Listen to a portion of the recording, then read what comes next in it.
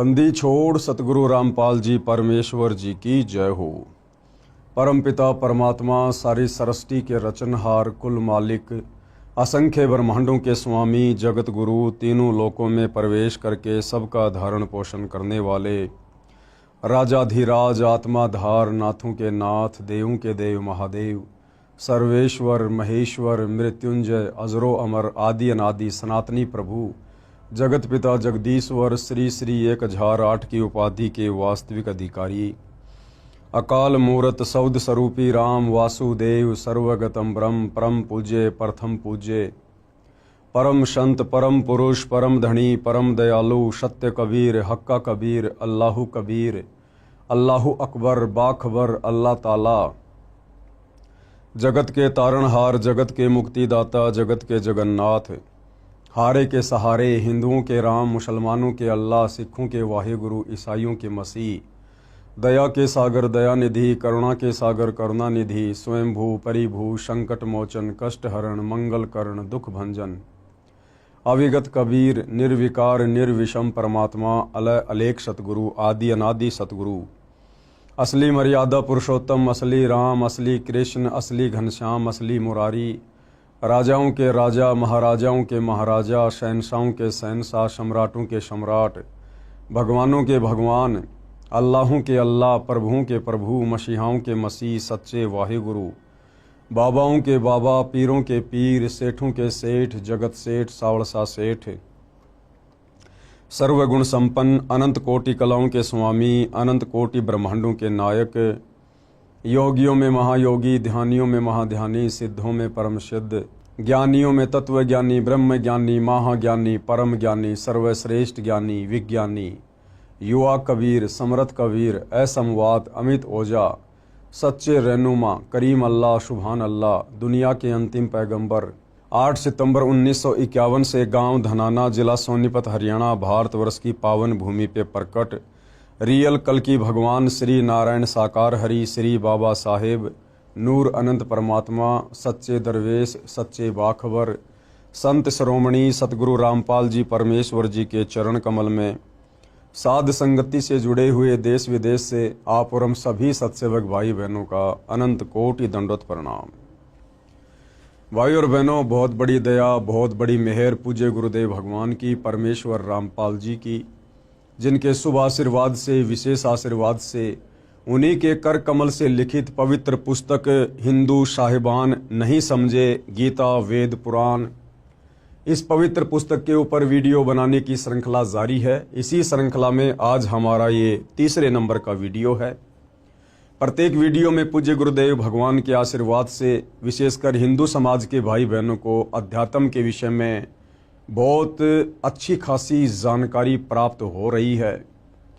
पिछले वीडियो में हमने देखा कि किस प्रकार से परमेश्वर के द्वारा बनाए गए जितने भी जीव जंतु हैं स्त्री पुरुष हैं, विशेषकर मानव शरीरधारी जितने भी स्त्री और पुरुष हैं पूरे विश्व के, जो आपस में अनेक धर्मों में बंट चुके हैं, उन सब के शरीर की रचना एक समान है। सभी के शरीर में बने कमल चक्रों में देवी देवताओं का वास है। उसके बाद पूज्य गुरुदेव ने हमें बताया कि सनातनी पूजा क्या है। वर्तमान में सनातनी पूजा हिंदू समाज में हो रही है या लुप्त हो चुकी है। तो बहुत सारी जानकारियां हमने प्राप्त की। आज हम इस तीसरे पार्ट में आगे बढ़ेंगे और तीसरे पार्ट में पूज्य गुरुदेव भगवान हमें क्या समझा रहे हैं कि सभी धर्मों के मानवों को, विश्व में जितने भी धर्म हैं, हिंदू मुस्लिम सिख ईसाई जैनी सिख बौद्ध यहूदी मंगोली, जितने भी धर्म हैं तकरीबन 4000 के आसपास छोटे मोटे धर्म बने हुए हैं। उन धर्मों में जितने भी मानव शरीरधारी स्त्री या पुरुष हैं, उन सबको कर्म फल तीनों देवता ही देते हैं। कौन से तीनों देवता? श्री ब्रह्मा श्री विष्णु श्री शिव जी, क्योंकि ये तीनों देवता एक ब्रह्मांड में 3 लोक के स्वामी हैं और हम इनके अंतर्गत एक ब्रह्मांड में रहते हैं। तो ये यहाँ के मैनेजर हैं तीनों। श्री ब्रह्मा जी रजोगुण के स्वामी हैं, श्री विष्णु जी सतोगुण के स्वामी हैं और श्री शिव जी ये तमोगुण के स्वामी हैं। और पूरा ये प्राणी समुदाय इन्हीं तीनों गुणों से प्रभावित रहता है। तो विश्व के सभी धर्मों के सभी मानवों को, चाहे स्त्री हो या पुरुष हो, बच्चा हो या बूढ़ा हो, उन सबको उनके कर्मों के अनुसार फल ये तीनों देवता ही प्रदान करते हैं। अब यहाँ पर कुछ शंका समाधान है।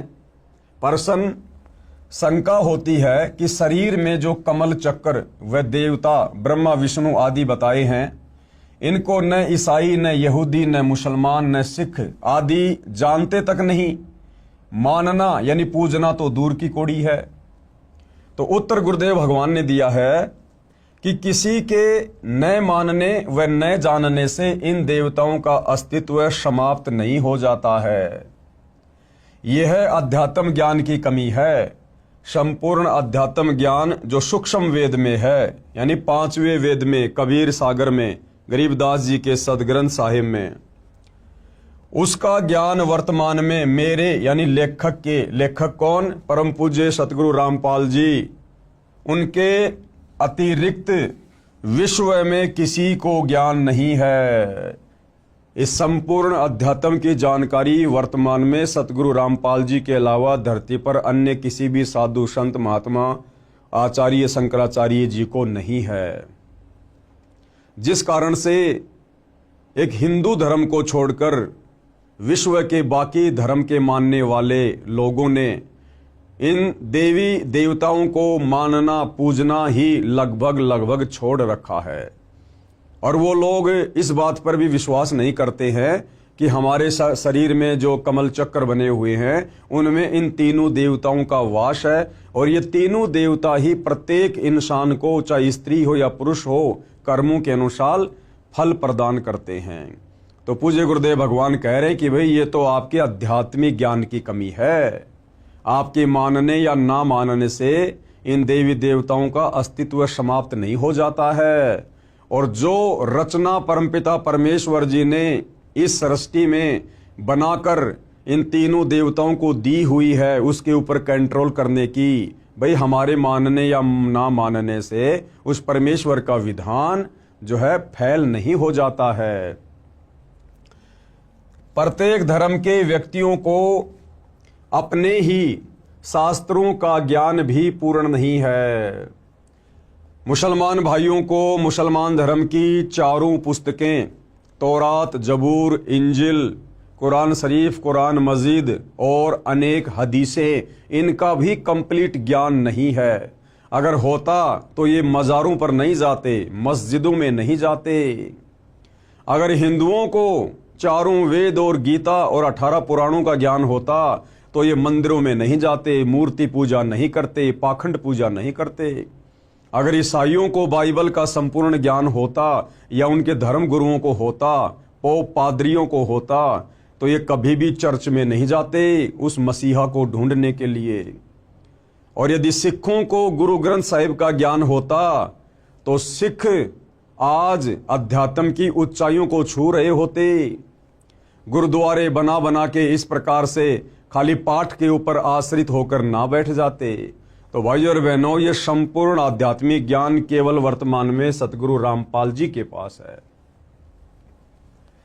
इसी कारण से मन में आता है कि ये नहीं हो सकता, वह नहीं हो सकता। आपको शास्त्रों से प्रमाणित करता हूं। अब पूज्य गुरुदेव भगवान क्या कह रहे हैं कि कोई बड़ी बात नहीं है भाई। इस काल में अपने षड्यंत्र के तहत तुम सभी को अलग अलग धर्मों में बांट दिया, जातियों में बांट दिया, संप्रदायों में बांट दिया। तुम सबके अलग अलग इसने शास्त्र बनवा दिए। ऊपर से इस काल ने नकली संत भेजकर तुम्हारे को धर्म की उल्टी व्याख्या से परिपूर्ण करवा दिया। तो गुरुदेव भगवान कह रहे कि बच्चों कोई बात नहीं है, मैं इस आध्यात्मिक ज्ञान को परमाणु के साथ में साबित करूंगा। तो भाइयों और बहनों, हमने बहुत ही ध्यानपूर्वक इन प्रमाणों को देखने और समझने की आवश्यकता है। सबसे पहले मुसलमान धर्म के लिए प्रमाण के लिए, जैसे मुसलमान धर्म की पाक पुस्तक कुरान मजीद है, ईसाई धर्म की होली बुक इंजिल है जो ईसा जी को दी गई थी, यहूदी धर्म की पाक पुस्तक तौरेत है जो मूसा जी को मिली। हजरत दाऊद जी को जबूर पाक पुस्तक मिली। इन चारों पुस्तकों का ज्ञान दाता एक ही है। इन चारों पुस्तकों का ज्ञान दाता एक ही है। यह काल ब्रह्म ज्योति निरंजन, जिसको ये चारों धर्मों यानी पंथों वाले अपना खुदा यानी गॉड मानते हैं। इसलिए इनको ये भी मान्य होना चाहिए कि इन चारों पवित्र पुस्तकों में जो ज्ञान है वह सत्य है। यदि कोई कहे कि हम बाइबल को नहीं मानते, केवल कुरान को मानते हैं, तो वे अपने खुदा का अपमान कर रहे हैं। भाई, जब चारों पुस्तकें एक ही खुदा ने दी है, तौरात, जबूर, इंजिल और कुरान मजीद, जब चारों पुस्तकें एक ही खुदा ने दी है और आगे चलकर यदि इन पुस्तकों को मानने वाले अलग अलग पंथों में, धर्मों में विभाजित हो गए हैं, और यदि आज वो ये कहते हैं, जैसे ईसाई कहते हैं कि हम तो बाइबल के अलावा कुरान मजीद को नहीं मानते, मुसलमान कहते हैं हम तो कुरान मजीद के अलावा बाइबल को नहीं मानते, तो गुरुदेव भगवान कह रहे हैं जब लिखने वाला तुम्हारा एक ही खुदा है तो तुम उसके द्वारा लिखी गई पुस्तकों को क्यों नहीं मान रहे? इसका मतलब तुम तो अपने खुदा की रचना पर भी संदेह कर रहे हो, शक कर रहे हो, तुम अपने खुदा का अपमान कर रहे हो। जो ज्ञान पाक कुरान में नहीं है वह बाइबल में बता रखा है, इसलिए दोबारा बताना अल्लाह ने उचित नहीं समझा है। यानी संपूर्ण ज्ञान इन धर्मों के मानने वाले अल्लाह ने एक पुस्तक में ना डालकर इन चारों पुस्तकों में थोड़ा थोड़ा डाल दिया। और अब यदि कोई कहे कि हम उस पुस्तक को नहीं मानते, हम उसको नहीं मानते, तो ये तो हमारे अध्यात्म की कमजोरी है। इसलिए दोबारा बताना अल्लाह ने उचित नहीं समझा। इसलिए बाइबल के ज्ञान को भी समान सम्मान देना चाहिए। विशेष पहले यह स्पष्ट करना उचित समझता हूं कि पवित्र पुस्तक बाइबल कोई अलग शास्त्र नहीं है। इसमें पाक जबूर, पाक तौरेत, पाक इंजिल को इकट्ठा जिल्द यानी बाइंड किया है। एक मुसलमान वक्ता अपनी वीडियो में कह रहा था कि मैं बाइबल को नहीं मानता, इंजिल को मानता हूं। उस श्रीमान को यही नहीं पता बाइबल में इंजिल पुस्तक भी है। अब बाइबल ग्रंथ से कुछ प्रमाण दिखाता हूं कि विश्व के सभी मानव व अन्य प्राणियों के व्यवस्थक ये ही तीनों देवता कौन? ब्रह्मा जी, विष्णु जी तथा शिव जी हैं। अब गुरुदेव भगवान हमें बाइबल से प्रमाणित करेंगे कि विश्व के जितने भी प्राणी हैं, स्त्री या पुरुष, उन सब के व्यवस्थापक, तीनों लोकों का मैनेजमेंट संभालने वाले यही ब्रह्मा विष्णु महेश जी हैं। बाइबल ग्रंथ में सृष्टि की उत्पत्ति अध्याय में लिखा है कि परमेश्वर ने 6 दिन में सृष्टि की उत्पत्ति की, 6ठे दिन आदमी बनाए। सर्वप्रथम आदम जी को मिट्टी से बनाया, उसमें जान डाल दी। परमेश्वर जी ने मानव यानी स्त्री पुरुष को अपने जैसे शरीर वाला, अपनी ही शकल जैसा बनाया। साफ साफ बाइबल के उत्पत्ति ग्रंथ में प्रथम अध्याय में लिखा हुआ है कि परमेश्वर ने 6 दिन में सृष्टि बनाई, 7वें दिन तख्त पर जा विराजा।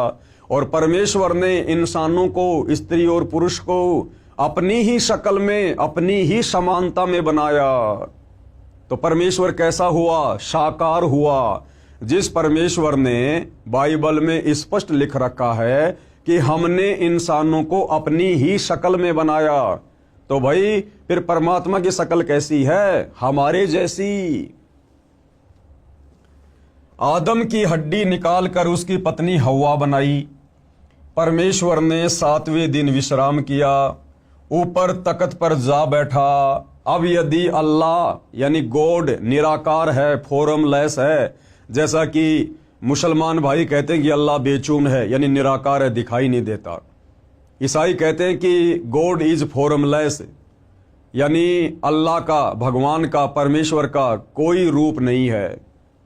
और यहां क्या लिखा जा रहा है बाइबल में कि 6 दिन में सृष्टि रचकर 7वें दिन परमेश्वर यानी अल्लाह तख्त पर जा विराजा यानी सिंहासन पर जाकर बैठ गया। अब भाई यदि परमेश्वर अल्लाह निराकार है, दिखाई नहीं देता, उसका कोई आकार नहीं है, तो फिर तख्त पर बैठेगा कौन? तख्त पर वो बैठेगा जो साकार है। तो भाई और बहनों, ये सारी की सारी सच्चाई हमारे ही धर्मशास्त्रों में वर्णित है, लेकिन तत्व ज्ञान के अभाव में, सच्चे सतगुरु की शरण के अभाव में, और हम इन बातों को, इस गूढ़ आध्यात्मिक ज्ञान को समझ नहीं पाए। ऊपर तख्त पर जा बैठा, उसके पश्चात श्री ब्रह्मा जी, श्री विष्णु जी तथा श्री शिव जी का कार्य प्रारंभ हो गया। श्री ब्रह्मा जी ने बाबा आदम जी तथा उनकी पत्नी हवा जी को स्वर्ग में एक वाटिका में छोड़ दिया। उनको बताया कि आप बीच में लगे वृक्षों के फल नहीं खाना, यदि खाएं तो तुम मर जाओगे। वे दोनों वाटिका में रहने लगे। जिन वृक्षों के फल खाने को प्रभु ने मना किया था, उनके फल वे नहीं खाते थे। एक दिन सर्प आया। कौन आया? सर्प आया। ये शैतान आया सर्प का रूप धारण करके। एक दिन सर्प आया, उसने हवा तथा हजरत आदम जी से पूछा कि आप बीच वाले वृक्षों के फल क्यों नहीं खा रहे? आदम व हवा ने कहा कि इनको खाने को ईश्वर ने मना किया है, यानी परमेश्वर ने मना किया है। हम इनके फल खाएंगे तो हम मर जाएंगे। सर्प बोला, इनके फल खाने से तुम बिल्कुल नहीं मरोगे। इन वृक्षों के फल खाने से तुम्हें भले बुरे का ज्ञान हो जाएगा। यानी सर्प रूप में शैतान आदम जी और हवा को भ्रमित करने लगा, परमेश्वर का वचन तुड़वाने की कोशिश करने लगा। और भाई और बहनों, हम सतगुरु रामपाल जी परमेश्वर जी के सभी फॉलोवर को, उनके भक्तों को साथ साथ में बहुत ही गहरी शिक्षा भी लेकर आगे बढ़ना है। परमेश्वर ने 6 दिन में सृष्टि रची, 7वें दिन तख्त पे जा विराजा और सारे नियम कायदे कानून आदम जी और हवा जी को समझाकर चले गए कि तुमने इस वाटिका में यानी इस बगीचे में कौन से वृक्षों के फल खाने हैं और कौन से वृक्षों के फल नहीं खाने हैं। उसके बाद भाई और बहनों, शैतान ने उन दोनों को सर्प का रूप बनाकर भ्रमित करने का कुप्रयास किया। तरह तरह से उनको बरगलाया, उनके मन में शंकाएं पैदा कर दी कि वो जो तुम्हारा परमेश्वर है ना, वो ये नहीं चाहता कि तुम भी हमारे में से एक हो जाओ, तुम भी अमर हो जाओ। इसलिए उन्होंने तुम्हें मना किया है, क्योंकि ये बीच वाले जो फल हैं ये अमर फल हैं, इनको खाने से इंसान अमर हो जाता है और तुम्हारा परमेश्वर नहीं चाहता कि तुम अमर हो जाओ। तो इस प्रकार से सर्प ने उसको भ्रमित किया। भाई और बहनों, आज वही परमपिता परमेश्वर जिन्होंने 6 दिन में सृष्टि रची और 7वें दिन तख्त पर जा विराजे थे, कबीर देव सत्य पुरुष परम अक्षर ब्रह्म, आज वही परम अक्षर ब्रह्म सतगुरु रामपाल जी के रूप में धरती पर प्रकट हैं। और आज पूज्य गुरुदेव भगवान ने हमें अध्यात्म के साथ साथ बहुत सारे नियम भी बताए हैं, मर्यादाएं भी बताई हैं, जिनको गुरु वचन कहते हैं। अब भाइयों और बहनों, ये काल किसी न किसी के माध्यम से, किसी न किसी के रूप में, किसी न किसी को प्रेरणा करके हम सत भक्ति करने वाली आत्माओं से वो नियम तुड़वाने का प्रयास करेगा, हमारे मन में शंकाएं पैदा करेगा या करवाएगा। तो आप और भगत भाई बहनों ने भी वर्तमान में दृढ़ता के साथ भक्ति मार्ग पर टिके रहना है। और जो आज्ञा हमें पूज्य गुरुदेव भगवान ने अपने सत्संगों के माध्यम से दे दी है, जो नियम और मर्यादा हमारे ऊपर लागू कर दिए गए हैं, हमने उन्हीं नियम और मर्यादाओं में रहकर, गुरु वचन के अंतर्गत रहकर इस सत भक्ति को सफल करने की दिशा में आगे बढ़ना है। इन वृक्षों के फल खाने से तुम्हें भले बुरे का ज्ञान हो जाएगा। ईश्वर नहीं चाहता कि तुम्हें भले बुरे का ज्ञान हो। सर्प की बात मानकर दोनों ने भले बुरे का ज्ञान करवाने वाले वृक्षों के फल खा लिए। यानी सर्वप्रथम परमेश्वर ने जब सृष्टि रची, आदम और हवा को बनाया, तो सर्वप्रथम भाइयों और बहनों, आदम और हवा दोनों ने परमेश्वर का वचन तोड़ दिया। अगर ये आदम और हवा परमेश्वर का वचन ना तोड़ते तो भाइयों और बहनों, आज हम इस मृत लोक में नहीं होते, हम सभी आज स्वर्ग में रह रहे होते, लेकिन एक की गलती सभी आत्माओं पर भारी पड़ गई। उनकी आंखें खुल गई। कुछ दिन बाद ईश्वर आया। उसके पैरों की आवाज सुनकर हवा व आदम छुप गए। उनको पता चल गया था कि नंगा रहना अच्छा नहीं होता, क्योंकि उस वाटिका के बीच वाले पेड़ों के फल खाने से, जिनको खाने के लिए परमेश्वर ने मना किया था, जब आदम और हवा ने खा लिए तो उनकी वो दृष्टि खुल गई, उनको भले बुरे का ज्ञान हो गया। और जब कुछ दिनों बाद परमेश्वर आए तो भाइयों और बहनों, दोनों एक पेड़ की ओट में छुप गए। उनको ये पता चल गया कि हम तो नंगे हैं, नंगे, हमें तो शर्म आ रही है, क्योंकि उनको भले बुरे का ज्ञान होना शुरू हो गया। ईश्वर ने आवाज लगाई कि तुम कहाँ हो? आदम तथा हवा ने उत्तर दिया कि हम नंगे हैं, आपकी आवाज सुनकर हम छुप गए हैं। ईश्वर ने पूछा कि क्या तुमने बीच वाले वृक्षों का फल खा लिया? उत्तर मिला कि हां, हमने बीच वाले वृक्षों के फल खा लिए। आदम ने कहा कि आपने जो मेरे साथ स्त्री छोड़ी है, इसको सर्फ ने बहका दिया।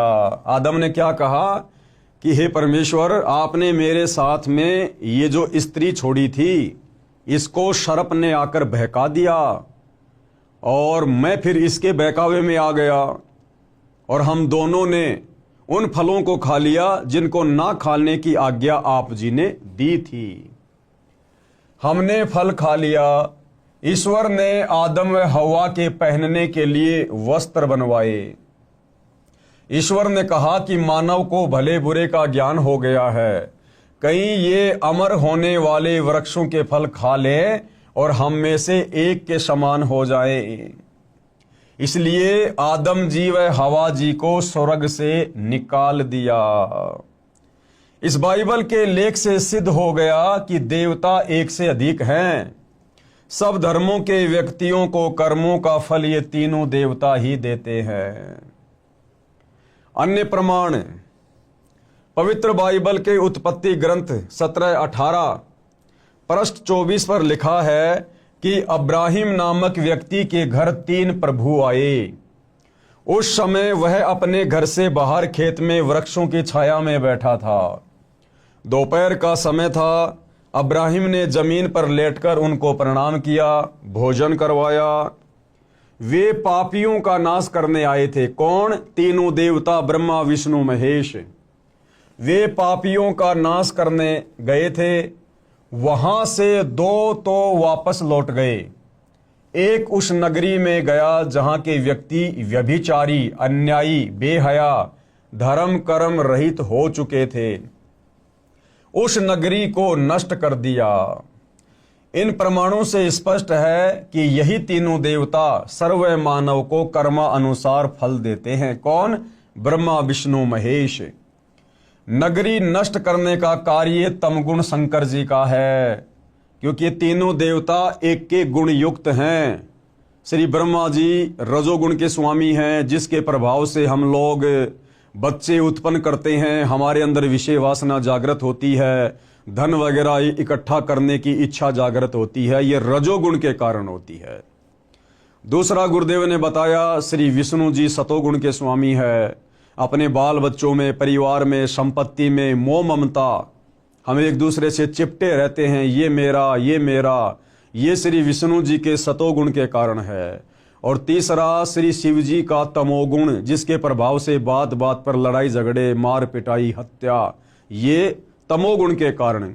तो जो 2 देवता वापस चले गए थे वो ब्रह्मा जी और विष्णु जी थे, और जो एक देवता नीचे रह गया था जिसने जाकर उस नगर को नष्ट किया, वो शंकर जी थे। इसलिए वे अकेले गए और उन पापियों का नाश किया। 2 कौन? श्री ब्रह्मा जी तथा श्री विष्णु जी वापस चले गए थे। तो ये प्रमाण है कि तीनों देवता ब्रह्मा विष्णु महेश ही मिलकर इस काल ब्रह्म की सृष्टि को यहां चला रहे हैं। और इस काल ब्रह्म की सृष्टि के अंतर्गत एक ब्रह्मांड में जितने भी मानव शरीरधारी स्त्री पुरुष हैं, उन सब के व्यवस्थापक, उन सब के मैनेजर ये तीनों देवता ब्रह्मा विष्णु महेश ही हैं। वो चाहे हिंदू हो, मुसलमान हो, सिख हो, ईसाई हो, चाहे किसी भी धर्म का और देश का व्यक्ति क्यों ना हो। विशेष आगे गुरुदेव क्या कह रहे हैं, विशेष चारों पवित्र पुस्तकों, पाक कुरान, पाक बाइबल यानी पवित्र जबूर, पवित्र इंजिल, पवित्र तौरेत का ज्ञान जिस प्रभु ने दिया, उसी ने पवित्र चारों वेदों यानी पवित्र ऋग्वेद, यजुर्वेद, सामवेद तथा अथर्ववेद का ज्ञान श्री ब्रह्मा जी को दिया। कौन है ये? काल ब्रह्म, ब्रह्मा विष्णु महेश का पिता, दुर्गा का पति, काल ब्रह्म, जिसको ज्योति निरंजन भी कहते हैं।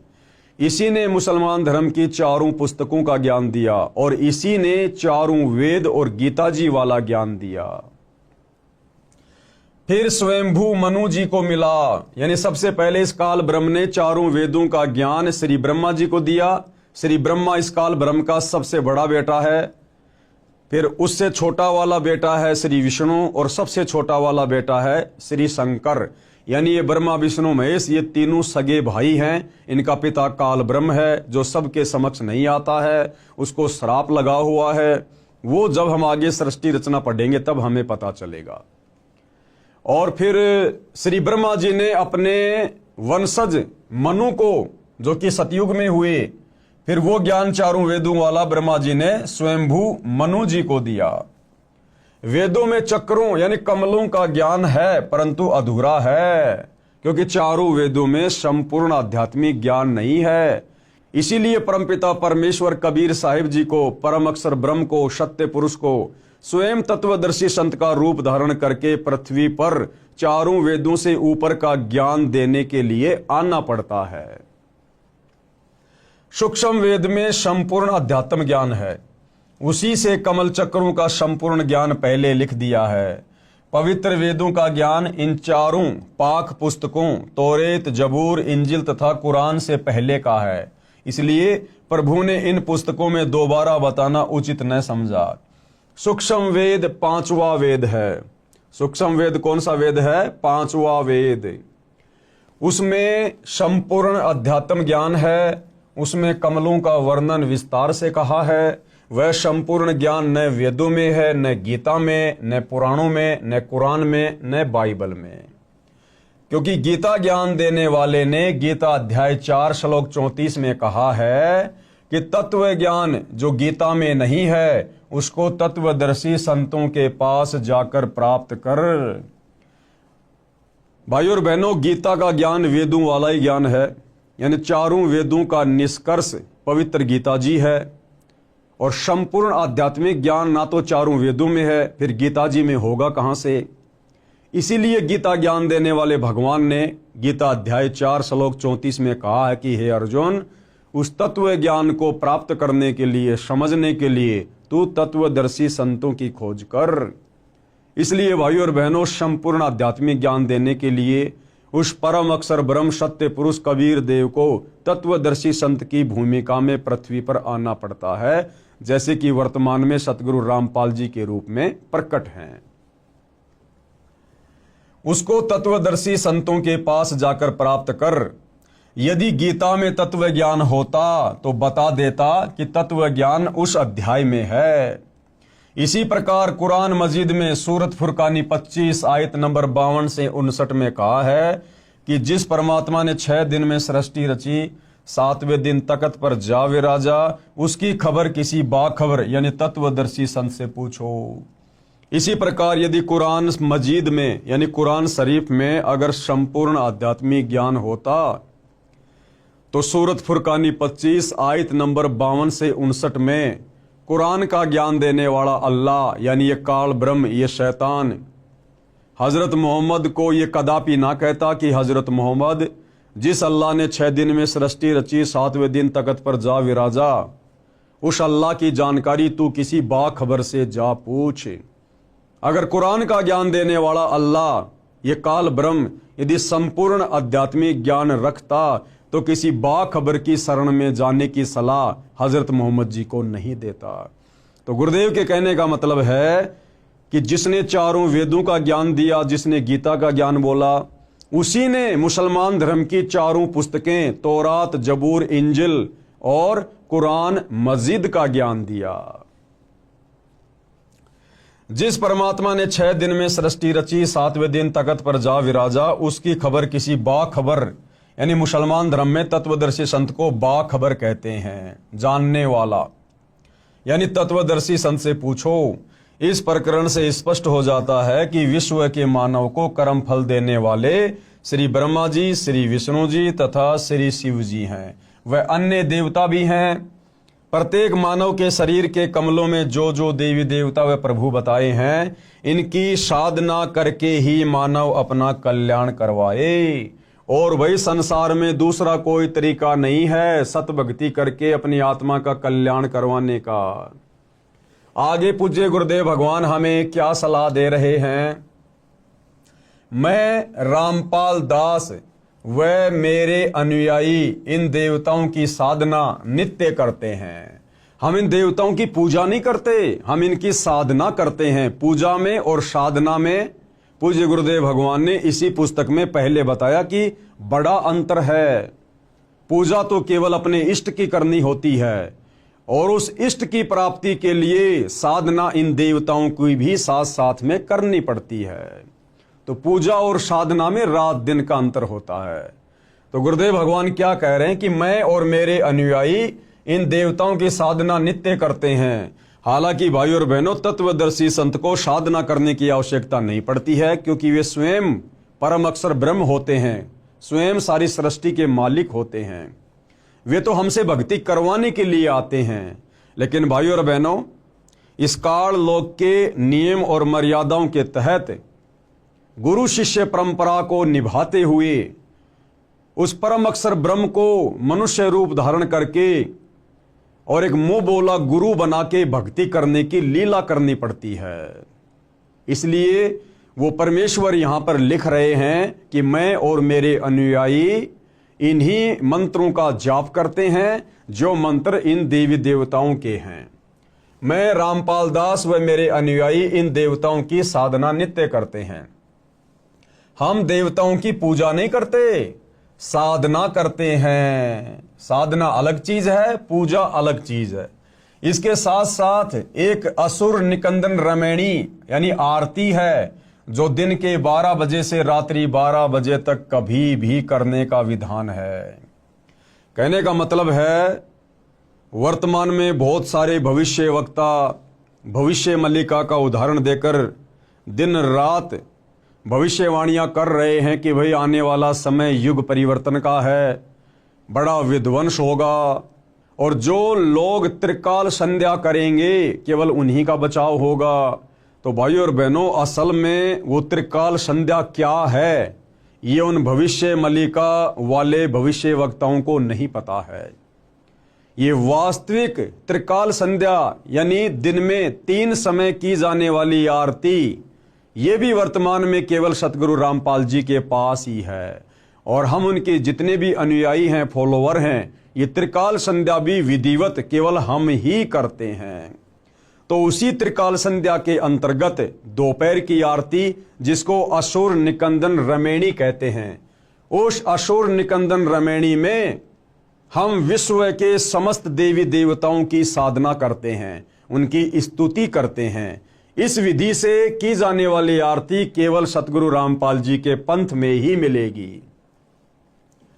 असुर निकंदन रमैणी यानी आरती है, जो दिन के 12 बजे से रात्रि 12 बजे तक कभी भी करने का विधान है।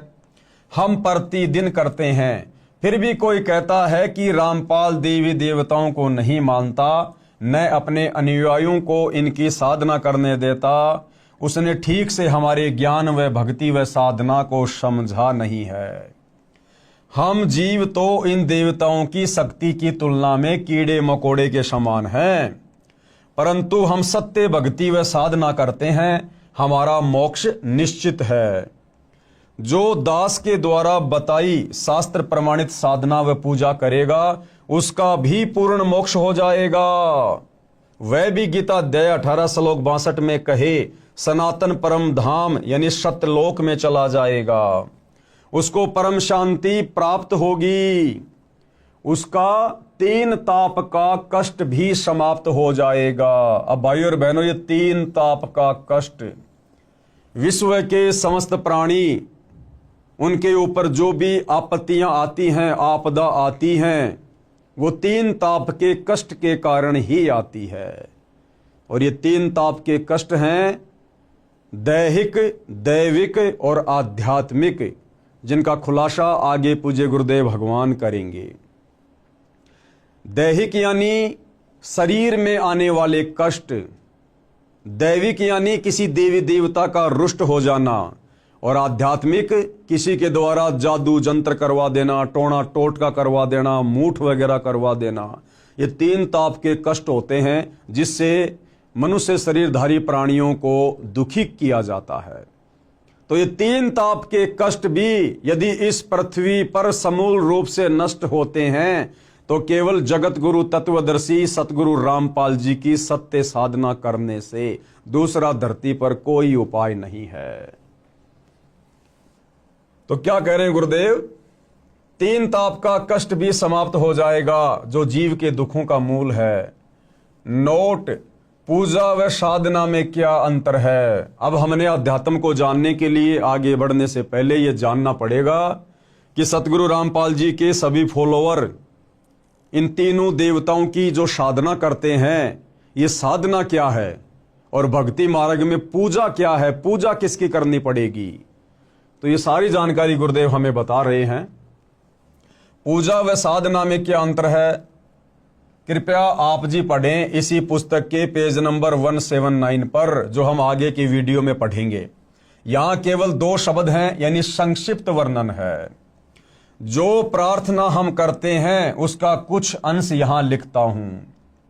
जैसे दोपहर की आरती में हम भगत भाई बहन जो समस्त देवी देवताओं की स्तुति करते हैं, वंदना करते हैं, संक्षेप में गुरुदेव भगवान थोड़ा बहुत उस आरती को यहां लिख रहे हैं ताकि प्रथम बार सतगुरु रामपाल जी की पुस्तकें पढ़ने वाला, उनके सत्संग सुनने वाला किसी भी प्रकार की शंका में ना रहे, भ्रमणा में ना रहे कि भाई सतगुरु रामपाल जी तो देवी देवताओं की पूजा छुड़वाते हैं, उनकी साधना छुड़वाते हैं। ऐसा कुछ भी नहीं है। सतगुरु रामपाल जी देवी देवताओं की वास्तविक साधना करवाते हैं।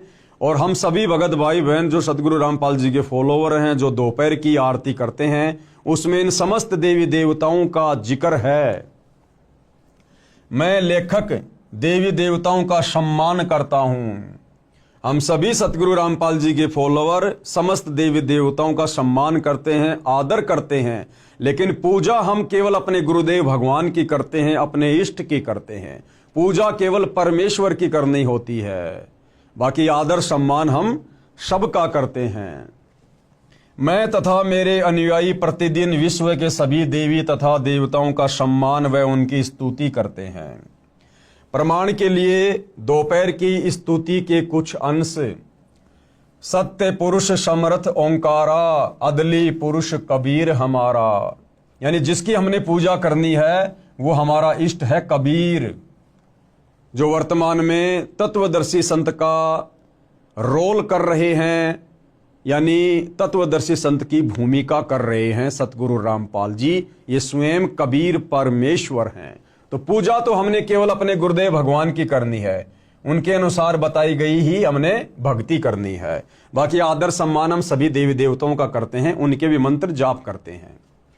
सत्य पुरुष समर्थ ओंकारा, अदली पुरुष कबीर हमारा, आदि युगादि दया के सागर, काल कर्म के मोचन आगर, दुख भंजन दरवेश दयाला, असुर निकंदन करे पैमाला, आव खाक पावक और पोना, गगन सुन दरियाई दोना, धर्म राय दरबानी चेरा, सुर असुरों का करे निबेरा, सत का राज धर्म राय कर ही, अपना किया सभय दंड भर ही। शंकर शेष और ब्रह्मा विष्णु, ये देखिएगा हम लोग जो दोपहर की आरती करते हैं, जो दोपहर की संध्या करते हैं, उसमें विश्व के तमाम देवी देवताओं की स्तुति आ जाती है। कुछ एक के नाम लिख दिए जाते हैं, कुछ एक की वैसे सूक्ष्म रूप से हो जाती है। शंकर, शंकर यानी श्री शंकर जी, शंकर, शेष यानी शेषनाग, और ब्रह्मा और विष्णु, शंकर शेष और ब्रह्मा विष्णु, नारद सारद जाउर रसनम, नारद यानी नारद जी और शारद यानी शारदा देवी सरस्वती। गौरीज और गणेश गोसाई, गौरीज यानी गौरीजा शंकर जी की पत्नी और गणेश शंकर जी के पुत्र। कारज सकल सिद्ध हो जाई, ब्रह्मा विष्णु और शंभु शेषा, ये तीनों देव दयालु हमेशा। सावित्री और लक्ष्मी गौरा, सावित्री यानी श्री ब्रह्मा जी की पत्नी, लक्ष्मी यानी श्री विष्णु जी की पत्नी और गौरा यानी श्री शंकर जी की पत्नी। तीहू देवा सिर कर है चौरा, ये तीनों स्त्रियां अपने अपने पति के शीश पर चवर करती है। नील नाभ से ब्रह्मा आए, आदि ओम के पुत्र कहाए। शंभु मनु ब्रह्मा की शाखा, शंभु मनु यानी स्वयंभू मनु, ये ब्रह्मा जी से उत्पन्न है जिनको ब्रह्मा जी ने वेद दिए। ऋग यजुश्याम अथर्वन भाषा, पीव्रत भया उतान्नम पाता, जाके धुरु है आत्म ज्ञाता। शनक सनंदन सनातन संत को मारा, ये ब्रह्मा जी के 4 पुत्र हैं, 4 पुत्र अनुरागी धारा। 33 कोटि कला विस्तारी, सहस 88 मुनि जन ध्यारी। कश्यप पुत्र सूरज सुर ज्ञानी, 3 लोक में किरण समानी। ये जो कश्यप जी हैं इनके पुत्र हैं सूर्य देव और 3 लोक में किरण समानी। 60,000 संगी बाल खेलम और बीना रागी अजब बलेलम। 3 कोटि योद्धा संग जाके, यानी सूर्य के ऊपर जो देवता कंट्रोल करता है सूर्य देव, उसके अंग संग 3 करोड़ योद्धा रहते हैं। सिकबंदी है पूर्ण साखें, हाथ खड़ग गल पुष्प की माला। कश्यप सुत है रूप विशाला। कौस्तुभ मणि जड़ा विमान तुम्हारा, यानी सूर्य देव का जो विमान है वो कौस्तुभ मणियों से जड़ा हुआ है। और सुर नर मुनि जन करत जुहारा। चंद सुर चकवे पृथ्वी माही, निश्वासर चरणों चितलाही। पीठे सूरज सन्मुख चंदा, काटे त्रिलोकी के फंदा। तारायण सब स्वर्ग समूलम, पखे रहें सतगुरु के फूलम। जय जय ब्रह्मा समर्थ स्वामी, येती कला परम बददामी। यहाँ देखो फिर से श्री ब्रह्मा जी का नाम आया है, आगे फिर श्री शंकर जी का आएगा। जय जय शंभु शंकर नाथा, कला गणेश और गौरीज माता। जो लोग ये कहते हैं ना कि संत रामपाल जी तो देवी देवताओं की साधना छुड़वाते हैं, अरे सतगुरु रामपाल जी तो देवी देवताओं की यथार्थ साधना करवाते हैं, जिसके करने से ही लाभ होगा। कोटि कटक पैमाल करंता, ऐसे समर्थ शंभु कंता। चंद लिलाट सुर संगीता, योगी शंकर ध्यान उदिता। नील कंठ सोहे गरुड़ासन, शंभु योगी अचल सिंहासन। गंग तरंग छूटे बहुदारा, अजपा तारी जय जयकारा। रिद्धि सिद्धि दाता शंभु गोसाई, दारिद्र मोक्ष सबय हो जाई। यानी रिद्धि सिद्धि के दाता यहाँ पर किसको बताया गया है? श्री शंकर जी को। और कहते हैं सारा का सारा जो ये दारिद्र है, गरीबी है, निर्धनता है, इससे शंकर जी जीवों को उबार देते हैं। आसन पद्म लगाए योगी, नी इच्छा निर्वाणी भोगी। सर्प भुजंग गले रुंडमाला, व्यर्षभ चढ़िए दीन दयाला। वामे कर त्रिशूल विराजे, दैने कर सुदर्शन साजे। अब हिंदू समाज के भाई बहनों को तो ये भी नहीं पता कि शंकर जी के कौन से हाथ में तो त्रिशूल रहती है और कौन से हाथ में सुदर्शन चक्कर रहता है। वो भी पूज्य गुरुदेव भगवान बता रहे हैं। वामे यानी बायां हाथ, उल्टा हाथ। वामे कर त्रिशूल विराजे, कर यानी हाथ, यानी शंकर जी के जो है बाएं हाथ में त्रिशूल रहता है। और दाहिने कर यानी दाहिने हाथ में सुदर्शन साजे। सुन अरदास देवन के देवा, शंभु योगी अलख अबेवा। तू पैमाल करे पल माही, ऐसे समर्थ शंभु साई। 1 लख योजन धौजा फरके, पचरंग झंडे मोहरे राखें। काल भद्र कृत देव बुलाऊं। अब ये देखो काल भद्र का भी नाम है। शंकर के दल सब ही ध्याऊं, कि शंकर जी के जितने भी गण हैं हम संत रामपाल जी के भगत उनकी स्तुति करते हैं। भैरव क्षेत्रपाल पलितम, देखो आपके भैरव का भी नाम आ गया यहाँ पर। भैरव क्षेत्रपाल पलितम भूत अरुदेत चढ़े संगीतम, जो कि शंकर जी की सेना में शामिल हैं। राक्षस भंजन बिरद तुम्हारा, शंकर जी को कहा जा रहा है कि राक्षसों का संहार करना तुम्हारा कार्य है। जो लंका पर पद्म 18, जिस प्रकार आपने राम रावण युद्ध के समय 18 पद्म सेना भेजी थी। कोट्यों गंधर्व कमंद चढ़ावे, शंकर दल गिनती नहीं आवे। मारे हाक दहाक चिंगारे, अग्नि चकर बाणों तन जारे। कंप्या शेष धरणी थरनानी, जा दिन लंका घाली घानी। तुम शंभु ईसन के ईसा, व्यर्सभ चढ़िए विश्वे बीसा। इंद्र कुबेर और वरुण बुलाऊं, ये देखिए इंद्र देवताओं का राजा, ये कुबेर धन का देवता, वरुण जल का देवता। इंद्र कुबेर और वरुण बुलाऊं, राप्ती सवेत सिंहासन ल्याऊं। इंद्र दल बादल दरियाई, 96 कोटि की हुई चढ़ाई। सुरपति चढ़े इंद्र अनुरागी, अनंत पदम गंधर्व बड़वागी। कृष्ण भंडारी चढ़े कुबेरा, अब दिल्ली मंडल बोर्यों फेरा। वरुण विनोद चढ़े ब्रह्मज्ञानी, कला संपूर्ण 12 बाणी। धर्मराय आदि युगादि चेरा, 14 कोटि कटक दल तेरा। चित्रगुप्त के कागज माही, जेता उपजा सतगुरु साई। सातों लोकपाल का रासा, उर में धरिए साधु दासा। विष्णुनाथ है असुर निकंदन, संतों के सब काटे फंदन। नरसिंह रूप धरे गुरु राया, हिरणा कुशकु मारण धाया। शंख चक्र गदा पद्म विराजे, भाल तिलक जाके उर साजे। ये आपके विष्णु जी की महिमा की जा रही है। वाहन गरुड़ किरसन अश्वारा, लक्ष्मी ढोरे चवर अपारा। रावण अहिरावण से मारे, सेतु बांध सेना दल तारे। जरासिंध और बाली खपाए, कंस के चानोर हराए। और काली दैमे नागी नाथा, शिशुपाल चकर से काट्या माथा। काल यवन मथुरा पर धाये, 18 कोटि कटक चढ़ आए। और मुचकंद पर पीतांबर डार्या, काल यवन जहां बेग सिंहार्या। परशुराम 52 अवतारा, ये आपके परशुराम जी का भी नाम ले दिया गया है। और कोई न जाने भेव तुम्हारा, शंखासुर मारे निर्वाणी, बरहा रूप धरे परवानी। राम अवतार रावण की बेरा, ये त्रेता युग में जन्मे विष्णु अवतार रामचंद्र जी का भी जिक्र कर दिया। राम अवतार रावण की बेरा। और ये आपके हनुमान जी का नाम भी आ गया, हनुमत हाका सुनी सुमेरा। अब बताओ आप ये कैसे कह सकते हो कि सतगुरु रामपाल जी देवी देवताओं की साधना छुड़वाते हैं? बताइए, आपके तमाम मुख्य मुख्य देवी देवताओं की हम सतगुरु रामपाल जी के भगत रोजाना त्रिकाल संध्या के अंतर्गत जो दोपहर की आरती है, उसमें रोजाना हम इनकी स्तुति कर रहे हैं, हम इनकी साधना कर रहे हैं और पूजा अपने इष्ट की करते हैं, कबीर देव की, अपने गुरुदेव भगवान की। तो भाई और बहनों, अध्यात्म को अच्छे से समझने की आवश्यकता है। अब आगे क्या कह रहे हैं गुरुदेव भगवान? गीता ज्ञान दाता से अन्य पूर्ण परमात्मा का प्रमाण।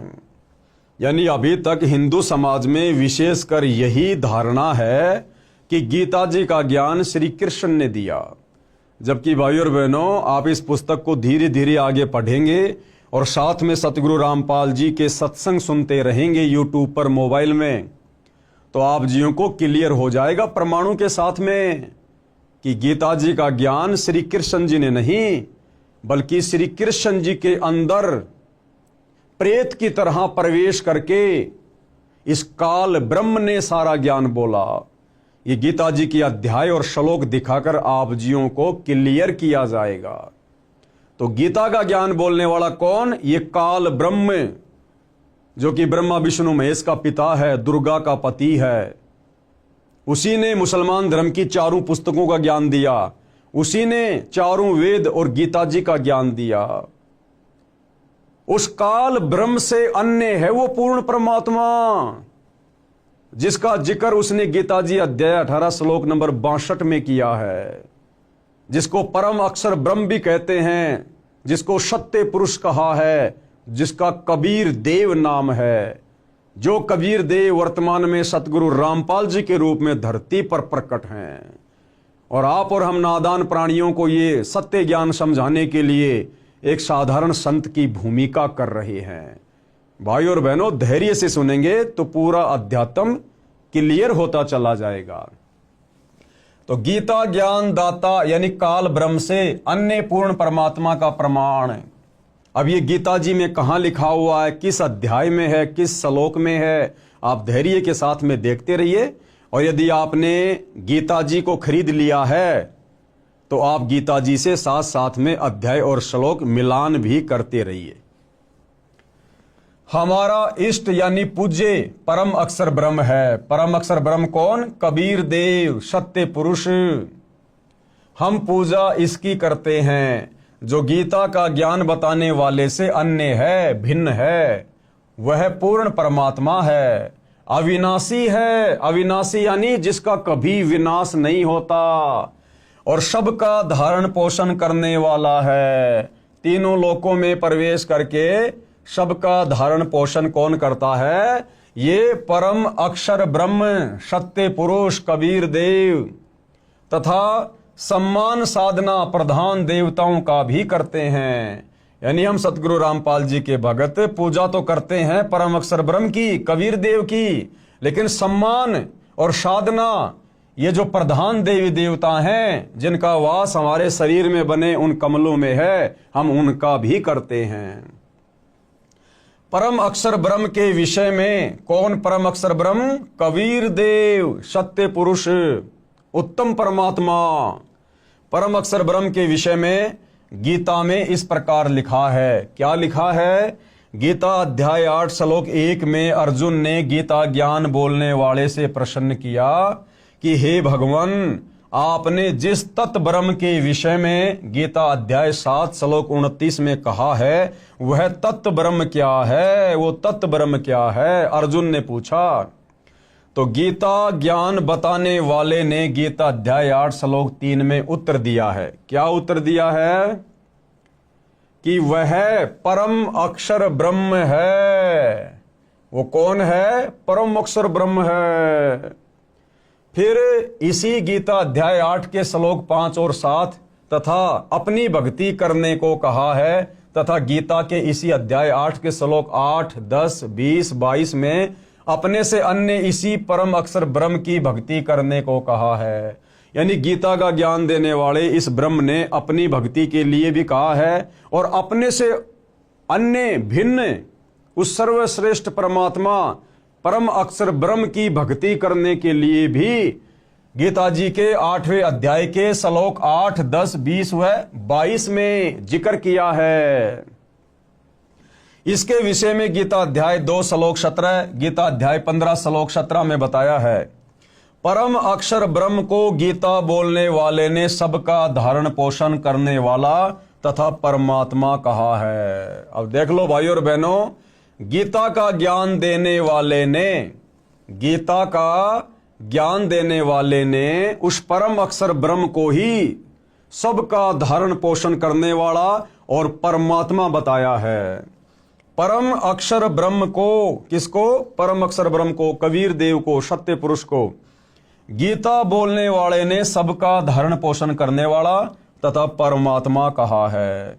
अगर ये गीता ज्ञान देने वाला ब्रह्म खुद ही परमात्मा होता, सबका धारण पोषण करने वाला होता, तो अपने से अन्य उस परम अक्षर ब्रह्म को सबका धारण पोषण करने वाला और परमात्मा कहकर संज्ञा ना देता। और यह भी कहा है कि यही वास्तव में अविनाशी है। ये काल ब्रह्म खुद भी अविनाशी नहीं है, इसकी भी जन्म और मृत्यु होती है। भाई और बहनों, अभी हम केवल भूमिका में पढ़ रहे हैं। भूमिका समाप्त होने के बाद जब हम इस पवित्र पुस्तक हिंदू साहिबान नहीं समझे गीता वेद पुराण में आगे बढ़ेंगे, तो साथ साथ में पूज्य गुरुदेव भगवान गीता के श्लोक दिखाएंगे, अध्याय बताएंगे, और आंखों देखकर हमें फिर विश्वास होगा कि वास्तव में गीता ज्ञान देने वाला भगवान कंप्लीट नहीं है। और गीता का ज्ञान श्री कृष्ण ने नहीं बोला। श्री कृष्ण जी का तो केवल शरीर काम में लिया गया था। उस शरीर के अंदर प्रेत की तरह प्रवेश करके इनके पिता यानी ब्रह्मा विष्णु महेश के पिता इस काल ब्रह्म ने वो ज्ञान दिया। और ये जो काल ब्रह्म है ये भी गीता जी में कहता है कि अर्जुन, मैं भी अविनाशी नहीं हूं, मेरा भी जन्म और मृत्यु होती है। तो आगे हम अपनी आंखों से देखेंगे कि गीता के किस अध्याय में और किन किन श्लोकों में ये जानकारी है।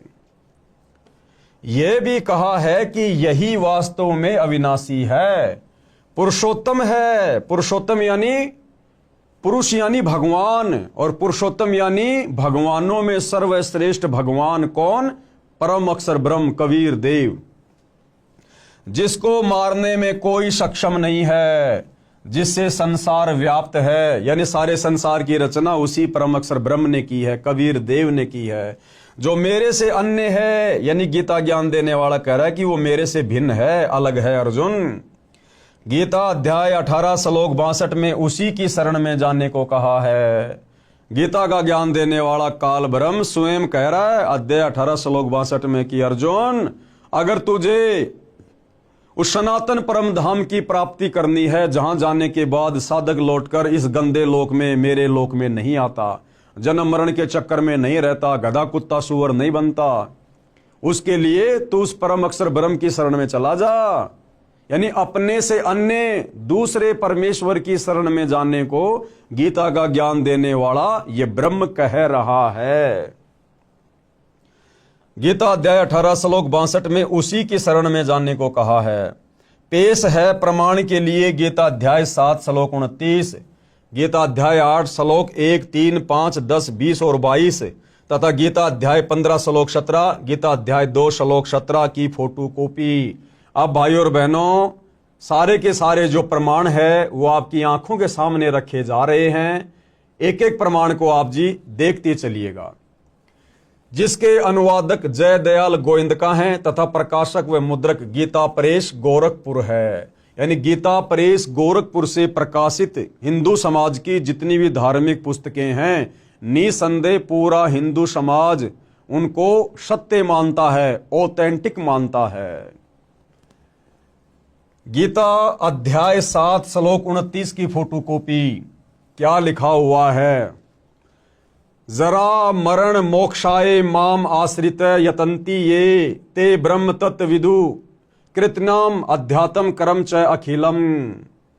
और बिल्कुल संस्कृत के सामने हिंदी भी लिखी हुई है ताकि समझने में कोई दिक्कत ना रहे। तो ये जो काल ब्रह्म है जिसने गीता जी का ज्ञान दिया, तो ये काल ब्रह्म क्या कह रहा है? अपने से अन्य किसी और को परमात्मा बता रहा है।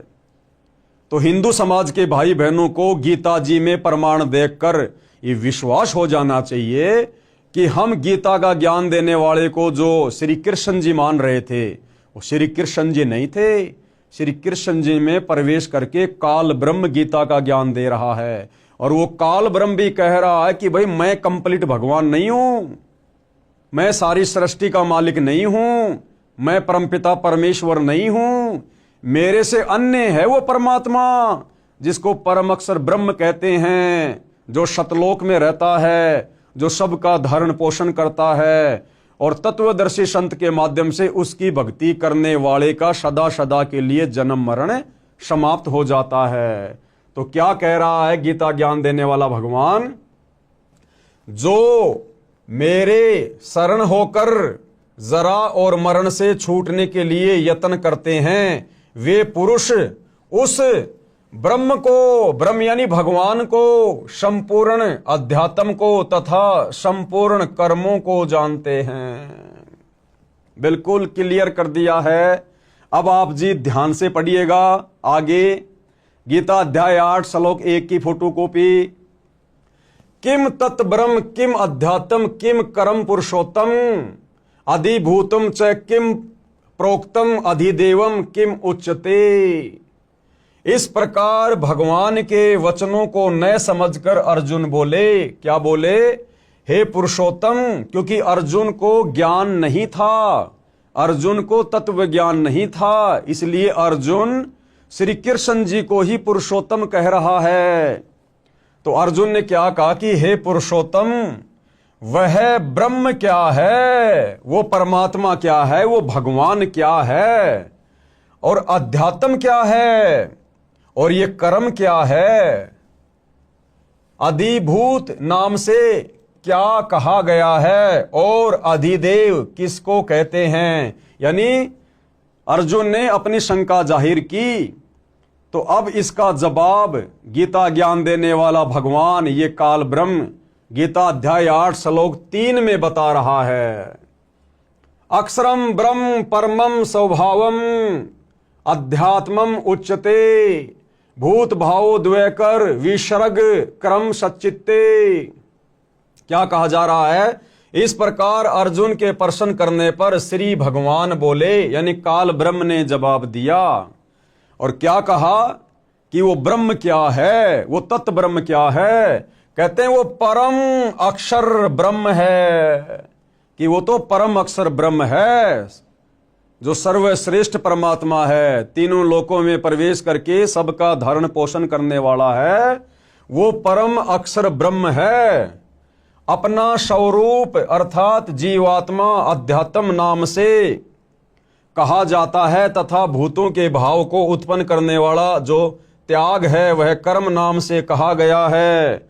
अब भाइयों और बहनों, इन सभी श्लोकों का अच्छे से स्पष्टीकरण सतगुरु रामपाल जी करके हमें समझाएंगे। गीता अध्याय 8 श्लोक 5 की फोटोकॉपी, ये श्लोक आप भाई बहनों की आंखों के सामने है, आप अपने सामने रखी गीता से मिला सकते हैं। ये इसका हिंदी अनुवाद है। जो पुरुष यानी जो भगवान, पुरुष यानी भगवान कौन कह रहा है? गीता ज्ञान देने वाला ब्रह्म कह रहा है कि जो पुरुष यानी भगवान अंत काल में भी मुझको ही सुमरण करता हुआ शरीर को त्याग कर जाता है, वह मेरे साक्षात स्वरूप को प्राप्त होता है, इसमें कुछ भी संशय नहीं है।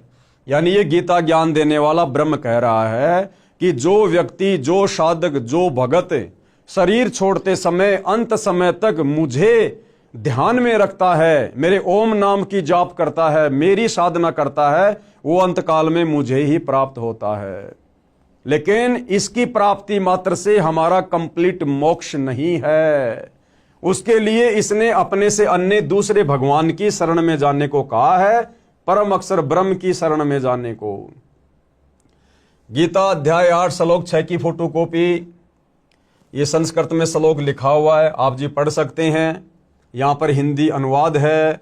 कौन्ते, कौन्ते यानी हे कुंती पुत्र अर्जुन, यह मनुष्य अंतकाल में जिस जिस भी भाव को सुमरण करता हुआ शरीर का त्याग करता है, उसको ही प्राप्त होता है, क्योंकि वह सदा उसी भाव में रहा है।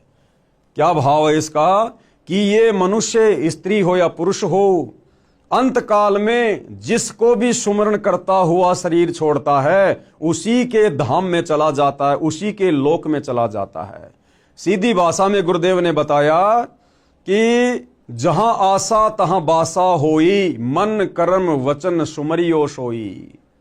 अंत काल में ये प्राणी जिस भी भाव में भावित रहता है, यानी जिसका भी सुमरण करता है, जिसमें भी इसकी सुरती टिकी रहती है, जैसे कोई अपने इष्ट विष्णु जी का ध्यान करता है, विष्णु जी का सुमरण करता है, तो शरीर छोड़ने के बाद वो साधक सीधा विष्णु जी के लोक में जाता है। और यदि शरीर छोड़ते समय कोई व्यक्ति अपने बेटा बेटी, खेत खलिहान, कार कोठी, अगर उनके बारे में सुमरण करता है, उनका चिंतन करता है, उनके विषय में सोचता रहता है कि मेरे मरने के बाद मेरे परिवार का क्या होगा, इस फसल को कौन संभालेगा, खेती बाड़ी का ध्यान कौन रखेगा, मेरे बच्चे अभी बहुत छोटे हैं, तो मरते समय उस नादान प्राणी की सोच, सुरती, सुमरण, चिंतन उस परिवार में रहा, तो शरीर छोड़ने के बाद वो उसी परिवार में वापस गधा कुत्ता बनकर, गाय बैल भैंस बनकर जन्म लेता है। तो इस अध्याय का ये सारांश है कि हे कुंती पुत्र अर्जुन, यह मनुष्य अंतकाल में, अंतकाल यानी शरीर छोड़ते समय जिस जिस भी भाव को सुमरण करता हुआ शरीर का त्याग करता है, उसको ही प्राप्त होता है, क्योंकि वह सदा उसी भाव से भावित रहा है। गीता अध्याय 8 श्लोक नंबर 7 की फोटोकॉपी, ये श्लोक आप जी की आंखों के सामने है, यहां पर हिंदी लिखी हुई है। इसलिए हे अर्जुन, तू सब समय में निरंतर मेरा सुमरण कर और युद्ध भी कर। अब भाइयों और बहनों, ये काल ब्रह्म नहीं चाहता कि कोई भी प्राणी मेरे इस 21 ब्रह्मांड से निकलकर मुक्ति को प्राप्त हो जाए, उस परम अक्षर ब्रह्म के सनातन परम धाम सतलोक में चला जाए। ये काल ब्रह्म ऐसा क्यों नहीं चाहता है? इसीलिए तो यहां पर अर्जुन को सत्यता नहीं बता रहा, अर्जुन को हकीकत नहीं बता रहा। ये तो कह रहा है कि अंत समय में ये प्राणी जिसका भी सुमरण करता हुआ शरीर छोड़ता है उसी के लोक में चला जाता है। और अध्याय 18 श्लोक 62 में यह भी कह दिया कि मेरे से अन्य वो परम अक्षर ब्रह्म है, पूर्ण परमात्मा, जहां जाने के बाद साधक फिर कभी लौटकर इस गंदे संसार में नहीं आता। फिर यहां पर गीता अध्याय 8 श्लोक 7 में वो अर्जुन को क्यों भ्रमित कर रहा है कि इसलिए अर्जुन तू मेरा ध्यान कर और तू युद्ध भी कर, क्योंकि वो नहीं चाहता कि कोई भी प्राणी उसके जाल से बाहर निकल जाए, उसके लोक से बाहर निकल जाए। ऐसा क्यों? क्योंकि भाइयों और बहनों, गीता का ज्ञान देने वाले इस काल ब्रह्म को, ज्योति निरंजन को, दुर्गा के पति को, ब्रह्मा विष्णु महेश के पिताजी को, पूर्ण परमात्मा परम अक्षर ब्रह्म की ओर से एक भयंकर श्राप लगा हुआ है। वो श्राप क्यों लगा, कहां लगा, क्या गलती करी थी और क्या वो श्राप था, इसको प्रतिदिन 1 लाख मानव शरीरधारी स्त्री पुरुषों के सूक्ष्म शरीर में जमा वासना को, गंध को खाने का श्राप लगा हुआ है। इसलिए ये यहां पर सभी को भ्रमित रखता है और अपनी ही साधना में लगा के रखना चाहता है, ताकि ये प्राणी इस काल ब्रह्म की साधना करके इसी के 21 ब्रह्मांड में जन्मते रहें और मरते रहें और इसके भोजन की व्यवस्था बनी रहे। तो भाई और बहनों, जब हम आगे इसी पुस्तक में या यूट्यूब पर मोबाइल से सतगुरु रामपाल जी के सृष्टि रचना वाले सत्संग सुनेंगे, तब हमें पता चलेगा कि इस काल ब्रह्म ने उस सनातन परम धाम में, ये भी पहले वहीं रहता था परम अक्षर ब्रह्म के पास में, ये भी उसी का बेटा है, उसी की संतान है, उसी की आत्मा है। इसने वहां सतलोक में क्या ऐसी गलती कर दी थी जिस कारण से कबीर परमेश्वर जी ने, परम अक्षर ब्रह्म ने इस काल समेत दुर्गा को और हम सभी आत्माओं को इसके साथ इस गंदे लोक में यानी 21 ब्रह्मांड में सतलोक से 16 शंख कोश की दूरी पर भेज दिया। तो ये सारी जानकारी भाइयों और बहनों हमें सृष्टि रचना को पढ़ने और सुनने से मिलेगी। आगे चलकर इस पुस्तक में भी सृष्टि रचना लिखी हुई है। आप जी यूट्यूब पर संत रामपाल जी के सत्संग के माध्यम से भी सृष्टि रचना को समझ सकते हैं। तो यहां पर यह काल ब्रह्म, गीता का ज्ञान देने वाला भगवान, ये अर्जुन को भ्रमित कर रहा है। इसलिए हे अर्जुन, तू सब समय में निरंतर मेरा स्मरण कर और युद्ध भी कर।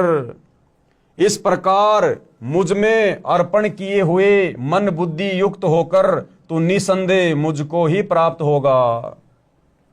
और ये कहां रहता है?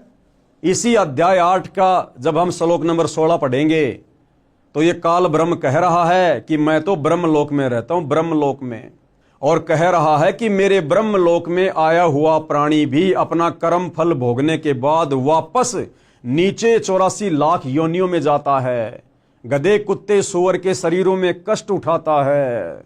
इसका ब्रह्मलोक भी विनाश में आता है। ब्रह्मलोक में गए प्राणी भी फिर नरक में जाते हैं। ये स्वयं आगे स्वीकार कर रहा है गीता अध्याय 8 श्लोक नंबर 16 में।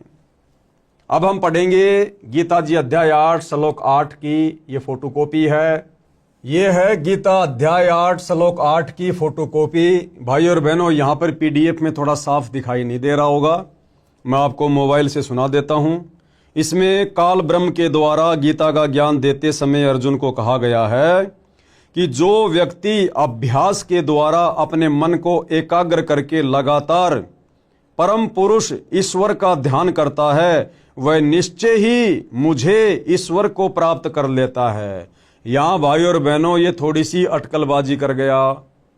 यहां पर यह काल जीव को भ्रमित करने की दृष्टि से अटकलबाजी कर रहा है और क्या कह रहा है कि जो व्यक्ति अभ्यास के द्वारा अपने मन को एकाग्र करके यानी सत भक्ति करके अपने मन को एकाग्र करके लगातार परम पुरुष का ध्यान करता है।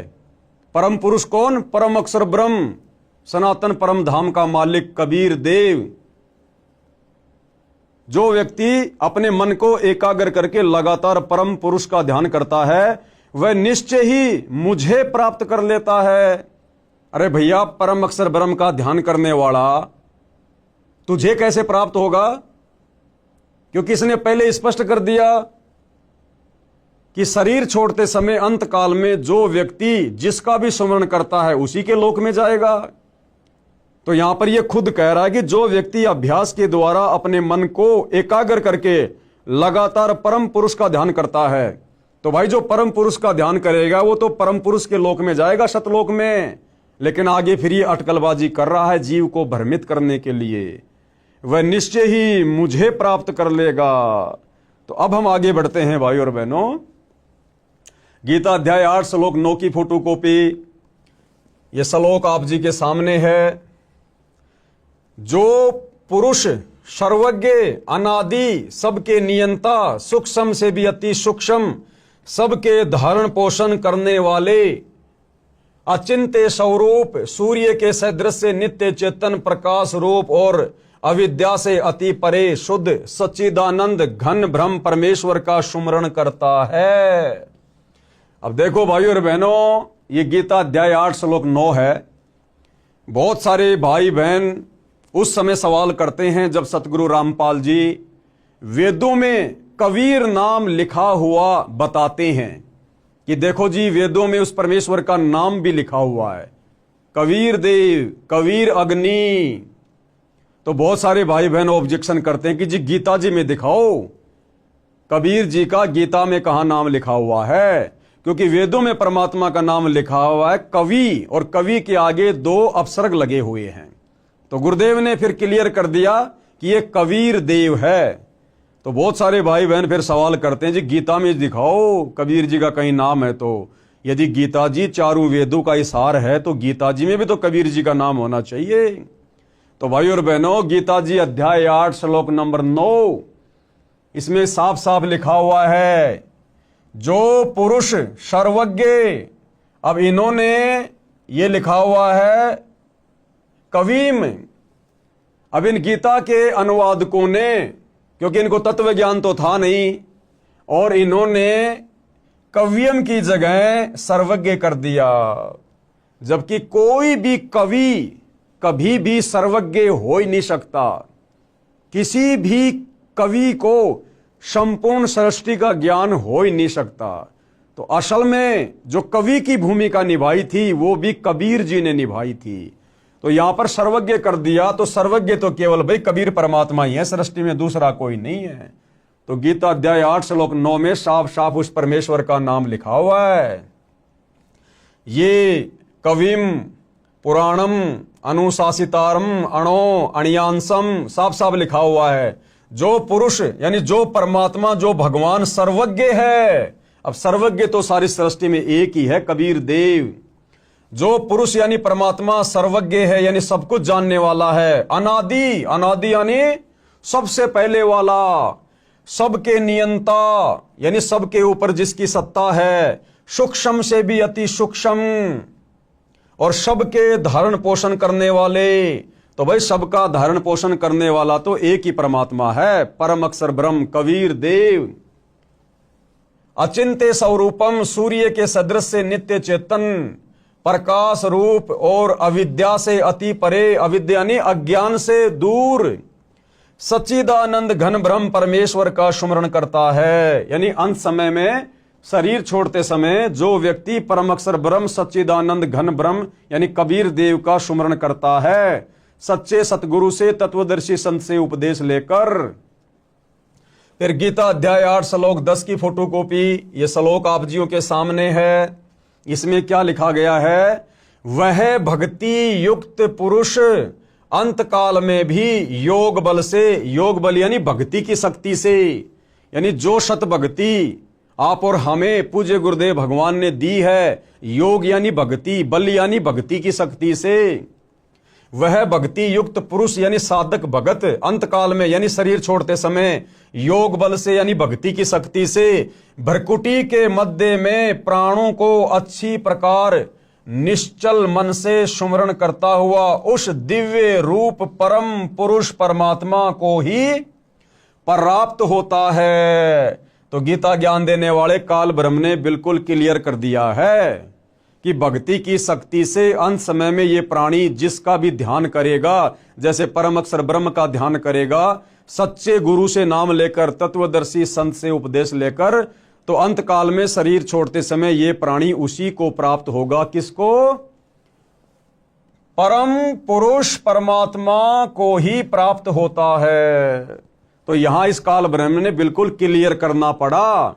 जिस सच्चाई को बार बार ये छुपा रहा था, अपने को ही परम पुरुष साबित करने में लगा हुआ था अर्जुन के सामने, तो परमेश्वर ने इसकी बुद्धि फेरी काल ब्रह्म की, और हकीकत इसी के मुंह से गीता जी के बहुत सारे अध्याय और श्लोकों में निकलवा दी।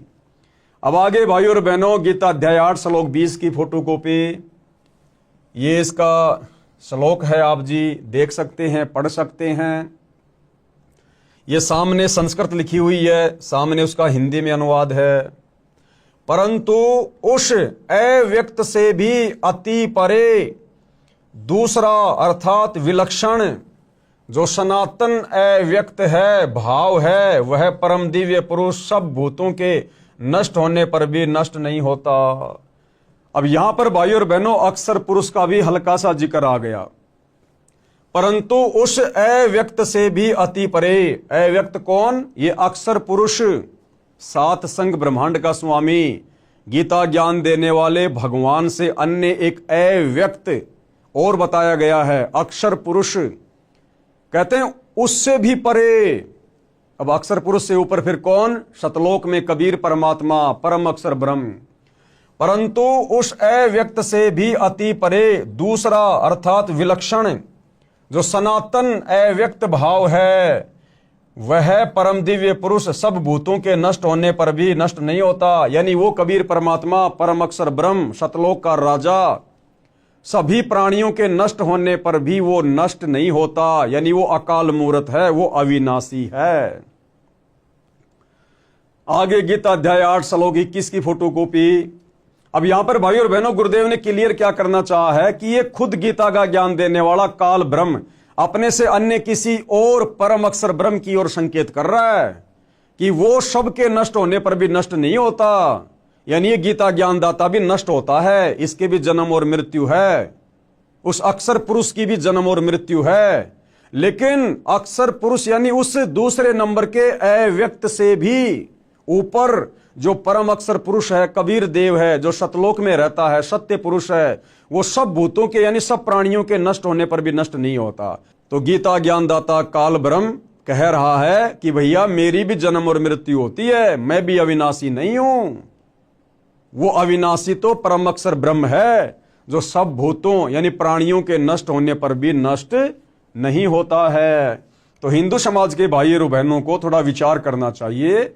जिस गीता ज्ञान देने वाले भगवान को हमने उत्तम भगवान मान लिया था, हमारे धर्म गुरुओं की नादानी के कारण, शास्त्रों का ज्ञान ना होने के कारण, वो गीता का ज्ञान देने वाला भगवान काल ब्रह्म वो तो कह रहा है कि मेरे से अन्य है वो परम अक्षर ब्रह्म जो कभी भी नष्ट नहीं होता, वो अविनाशी है और उसी की भक्ति से पूर्ण मोक्ष होगा।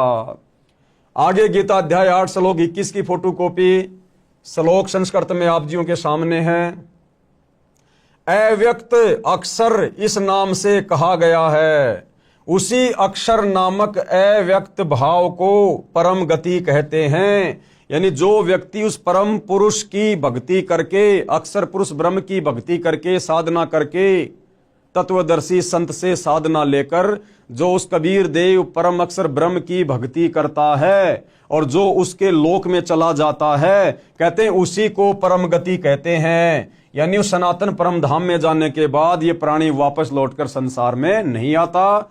वहां जाने के बाद कभी भी जीव की मृत्यु नहीं होती है, कभी बुढ़ापा नहीं आता है, वहां सर्व सुख है।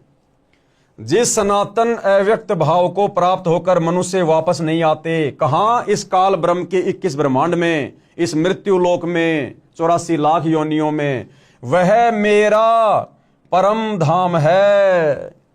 गीता का ज्ञान देने वाला काल ब्रह्म, ब्रह्मा विष्णु महेश का पिता, दुर्गा का पति, गीता का ज्ञान देते समय अब क्या कह रहा है कि मेरा भी वही परम धाम है, यानी अर्जुन मैं भी उसी परम धाम से आया हुआ हूं, मैं भी उसी सतलोक से यहां नीचे आया हुआ हूं। अब ये सारी जानकारी जब आप सृष्टि रचना पढ़ेंगे तब पता चलेगा कि परम अक्षर ब्रह्म ने, सत्य पुरुष ने, कबीर देव ने इस काल ब्रह्म को क्यों श्राप दिया, क्यों इसको दुर्गा और हम सभी प्राणियों समेत नीचे 21 ब्रह्मांड में भेज दिया। और यहां गीता अध्याय 8 श्लोक 21 में ये गीता ज्ञान देने वाला भगवान खुद स्वीकार कर रहा है कि वह मेरा परम धाम है, कि अर्जुन मैं भी वहीं का निवासी था, मैं भी पहले वही रहा करता था, उसी परम अक्षर ब्रह्म के धाम में, सतलोक में। तो क्लियर कर दिया है भाइयों और बहनों कि गीता ज्ञानदाता सर्वश्रेष्ठ परमात्मा नहीं है, इससे ऊपर सर्वश्रेष्ठ परमात्मा परम अक्षर ब्रह्म है, सत्य पुरुष है, कबीर देव है, जिसकी साधना तत्वदर्शी संत से लेकर करने से ही हमारी आत्मा का कल्याण होगा। आगे गीता अध्याय 8 श्लोक 22 की फोटोकॉपी, ये संस्कृत में श्लोक लिखा हुआ है, इधर संस्कृत है, सामने बिल्कुल हिंदी है। हे पार्थ यानी हे अर्जुन, जिस परमात्मा के अंतर्गत सर्वभूत हैं, सर्वभूत यानी सभी प्राणी। अब बताओ, ये गीता का ज्ञान देने वाला ब्रह्म अपने से अन्य किसी और परमात्मा का जिक्र कर रहा है यहां पर, तो फिर गीता का ज्ञान देने वाला ब्रह्म सर्वश्रेष्ठ परमात्मा कहां हुआ? ये तो कह रहा कि हे पार्थ, हे अर्जुन, जिस परमात्मा के अंतर्गत यानी जिस परम अक्षर ब्रह्म के अंडर में सर्वभूत हैं यानी सभी प्राणी हैं, और जिस सच्चिदानंद घन ब्रह्म परमात्मा से यह समस्त जगत परिपूर्ण है, और जिसने इस समस्त सृष्टि की रचना की है, वह सनातन अव्यक्त परम पुरुष तो अनन्य भक्ति से ही प्राप्त होने योग्य है। गीता ज्ञान देने वाला काल ब्रह्म कह रहा कि अर्जुन, जिस परमात्मा के अंतर्गत यानी जिस परम अक्षर ब्रह्म के, सत्य पुरुष के, कबीर जी के अंतर्गत सर्वभूत यानी सभी प्राणी हैं, और जिस सच्चिदानंद घन परमात्मा से यह समस्त जगत परिपूर्ण है यानी जिसने सारी सृष्टि की रचना की, वह सनातन यानी सदा रहने वाला अव्यक्त परम पुरुष तो अनन्य भक्ति से ही प्राप्त होने योग्य है। अनन्य भक्ति यानी केवल एक उसी की भक्ति, अन्य किसी की पूजा नहीं, ना इस काल ब्रह्म की। ये बात कहकर ये काल ब्रह्म अपनी पूजा के लिए भी मना कर रहा है, अपनी साधना के लिए भी मना कर रहा है। वो परम अक्षर ब्रह्म सनातन परमात्मा केवल अनन्य भक्ति से, अनन्य भक्ति का मतलब होता है केवल एक को ही अपना इष्ट मानकर पूजना। इसलिए भाइयों और बहनों, गीता जी स्वयं देवी देवताओं की पूजा को मना कर रही है, ब्रह्मा विष्णु महेश की पूजा को मना कर रही है, और गीता ज्ञान देने वाला इस 21 ब्रह्मांड का स्वामी ये काल निरंजन अपनी खुद की भक्ति करने को भी मना कर रहा है कि भैया पूजा तो केवल उस परम अक्षर ब्रह्म की करो, तभी तुम्हें सनातन परम धाम मिलेगा। आगे बढ़ते हैं भाइयों और बहनों, गीता अध्याय 15 श्लोक 17 की फोटोकॉपी। अब यहां पर बिल्कुल क्लियर कर दिया गया है, उत्तम पुरुष तु अन्य परमात्मा इति उदाहरतः ये लोक तरम अवश्य विभर्ति अवय ईश्वर। उत्तम पुरुष तु अन्य यानी उत्तम, उत्तम यानी सर्वश्रेष्ठ, उत्तम यानी सर्वश्रेष्ठ, और ये पुरुष, पुरुष यानी परमात्मा, गीता का ज्ञान देने वाला भगवान, ये काल ब्रह्म, ब्रह्मा विष्णु महेश का पिता, दुर्गा का पति, स्पष्ट कर रहा है कि अर्जुन सर्वश्रेष्ठ परमात्मा तो कोई और ही है। यानी ये स्वयं गीता का ज्ञान देने वाला काल ब्रह्म सर्वश्रेष्ठ परमात्मा नहीं है। और क्या कह रहा है? उत्तम पुरुष तो अन्य ही है, उत्तम यानी सर्वश्रेष्ठ, और ये पुरुष यानी भगवान। कहता है वो तो अन्य ही है अर्जुन, मेरे से अन्य है, जो तीनों लोकों में प्रवेश करके सबका धारण पोषण करता है। तीनों लोक ये ब्रह्मा विष्णु महेश के लोक नहीं, तीनों लोक ये पाताल स्वर्ग और पृथ्वी नहीं, पूरा 21 ब्रह्मांड इस काल का एक लोक है। दूसरा लोक कहा जाता है अक्षर पुरुष के 7 संग ब्रह्मांडों को, और तीसरा लोक कहा जाता है ऊपर के चारों अविनाशी लोकों को। यानी 21 ब्रह्मांड एक लोक हो गया, अक्षर पुरुष के ब्रह्मांड ये दूसरा लोक हो गया, और ऊपर के चारों अविनाशी लोक, शतलोक, अगमलोक, अलखलोक, अनामी लोक, इन चारों को मिलाकर एक लोक की संज्ञा दी गई है कि जो परमात्मा, जो उत्तम पुरुष तीनों लोकों में प्रवेश करके सबका धारण पोषण करता है। उत्तम पुरुष तो अन्य ही है जो तीनों लोकों में प्रवेश करके इन तीनों लोकों के अंतर्गत सारी सृष्टि आ जाती है, जो तीनों लोकों में प्रवेश करके सबका धारण पोषण करता है। अविनाशी परमेश्वर और परमात्मा इस प्रकार कहा गया है। ये गीता ज्ञान देने वाला कह रहा कि अर्जुन, इसलिए मैं उसको परमेश्वर कहता हूं, अविनाशी कहता हूं। क्यों?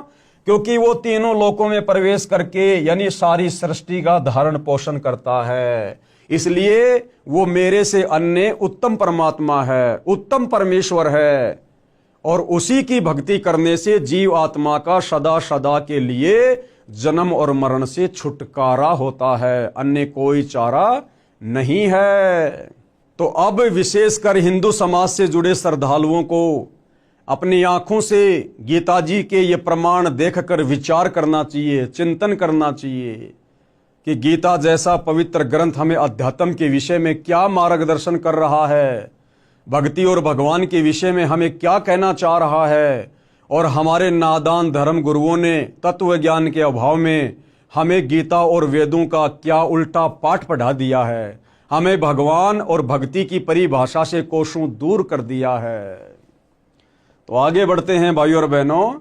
गीता अध्याय 2 श्लोक 17 की फोटोकॉपी, यानी फिर से गीता का ज्ञान देने वाला ये काल ब्रह्म, ब्रह्मा विष्णु महेश का पिता, दुर्गा का पति, अपने से अन्य उस परम अक्षर ब्रह्म की जानकारी दे रहा है, अपने से अन्य उस सर्वश्रेष्ठ परमात्मा के विषय में बता रहा है। और क्या कह रहा है? गीता अध्याय 2 श्लोक नंबर 17 आप जी की आंखों के सामने है। नाश रहित तो तू उसको जान जिससे यह संपूर्ण जगत व्याप्त है। यह आपकी आंखों के सामने संस्कृत है। अविनाशी, अविनाशी यानी नाश रहित, जिसका कभी विनाश नहीं होता। अविनाशी तू तत्विधि येन इदम सर्वम, यानी हे अर्जुन, नाश रहित यानी कभी जिसका नाश ना हो, नाश रहित तो तू उसको जान जिससे यह संपूर्ण जगत व्याप्त है। यानी हे अर्जुन, तू अविनाशी यानी नाश रहित भगवान यानी परमात्मा उसको जान जिसने सारे संसार की रचना की है। अगर सारे संसार की रचना करने वाला भगवान ये गीता का ज्ञान देने वाला ब्रह्म होता तो अर्जुन को अपने से अन्य किसी और की तरफ संकेत ना करता। क्लियर है भाइयों और बहनों कि नाश रहित तो तू उसको जान जिससे यह संपूर्ण जगत व्याप्त है यानी विद्यमान है। इस अविनाशी का विनाश करने में कोई भी समर्थ नहीं है। क्लियर कर दिया गीता के ज्ञान देने वाले ने, जिसको हिंदू समाज अपना भगवान मानता है। वो कह रहा कि अर्जुन, उसका नाश करने में कोई भी समर्थ नहीं है, यानी एकमात्र सृष्टि में वही अविनाशी परमात्मा है, परम अक्षर ब्रह्म सत्य पुरुष। गीता ज्ञान बोलने वाले ने अपनी स्थिति गीता अध्याय 2 श्लोक 12, गीता अध्याय 4 श्लोक 5, गीता अध्याय 10 श्लोक 2 में इस प्रकार बताई है। अब ये गीता ज्ञान देने वाला कौन? काल ब्रह्म, जो श्री कृष्ण जी के शरीर में प्रेत की तरह प्रवेश करके गीता का ज्ञान दे रहा है। अब भाइयों और बहनों, इन श्लोकों में कौन कौन से श्लोकों में? गीता अध्याय 2 श्लोक 12, गीता अध्याय 4 श्लोक 5 और गीता अध्याय 10 श्लोक 2 में अपने विषय में कह रहा है ये काल ब्रह्म कि अर्जुन, तेरे और मेरे बहुत से जन्म हो चुके हैं। तू भी जन्मता है और मरता है, मैं भी जन्मता हूं और मरता हूं। यानी ये गीता का ज्ञान देने वाला भगवान अविनाशी नहीं है।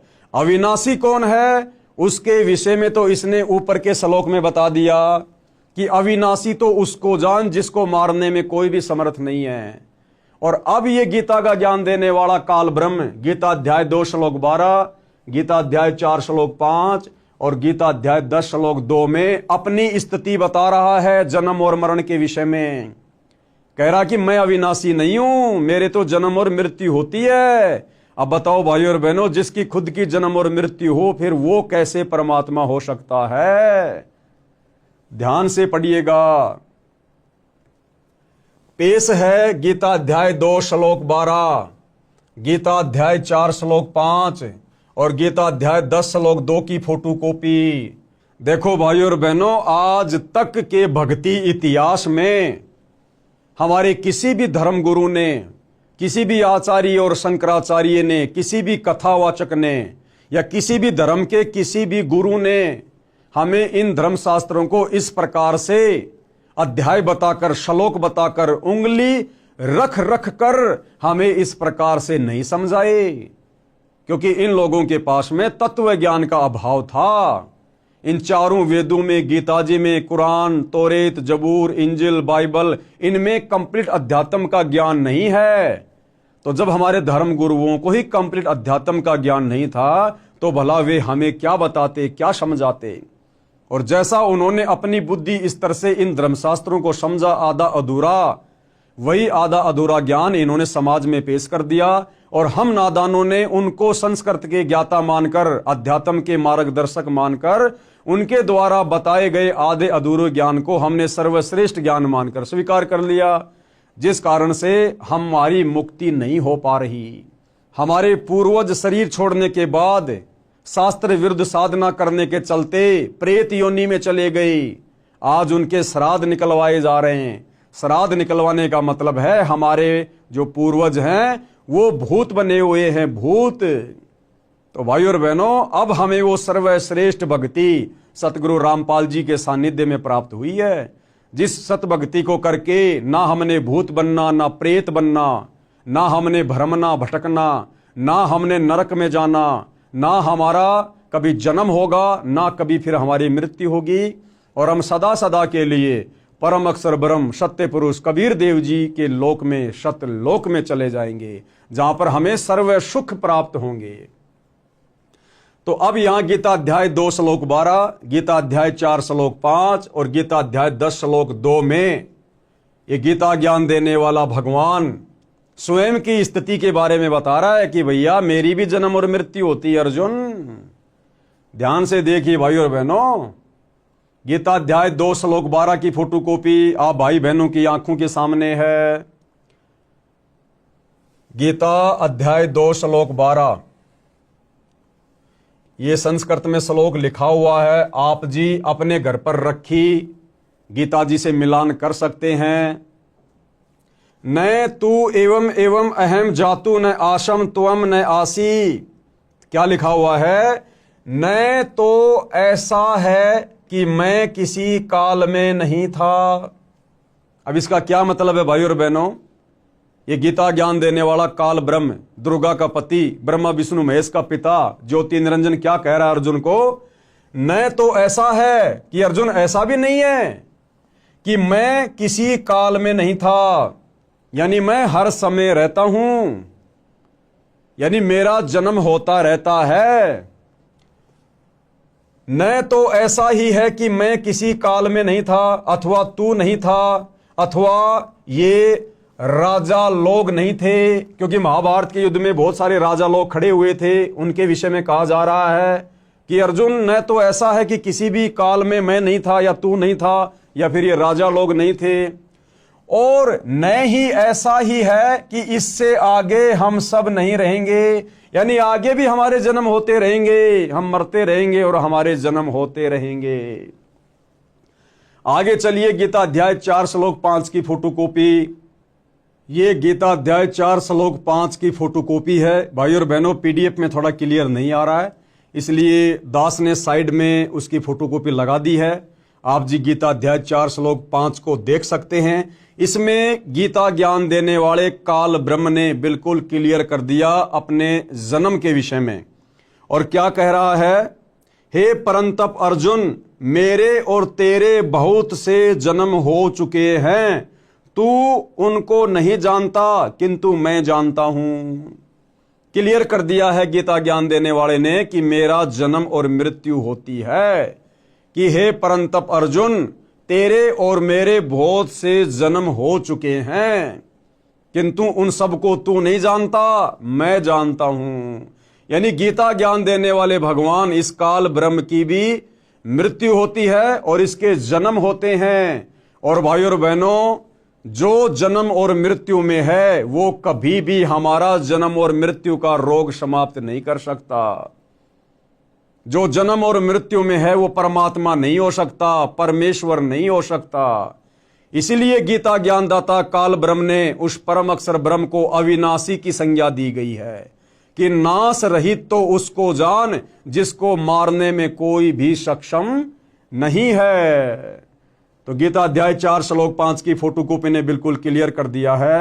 अब लास्ट में आपको दिखाते हैं भाइयों और बहनों, गीता अध्याय 10 श्लोक 2 संस्कृत आपके सामने है और क्या लिखा हुआ है, मेरी उत्पत्ति को, कौन कह रहा है, ये काल ब्रह्म गीता का ज्ञान देने वाला, कि मेरी उत्पत्ति को, उत्पत्ति यानी जन्म लेने की प्रक्रिया को, तो जिसकी उत्पत्ति होती है भाई और बहनों उसका विनाश भी होता है, यहां का नियम है।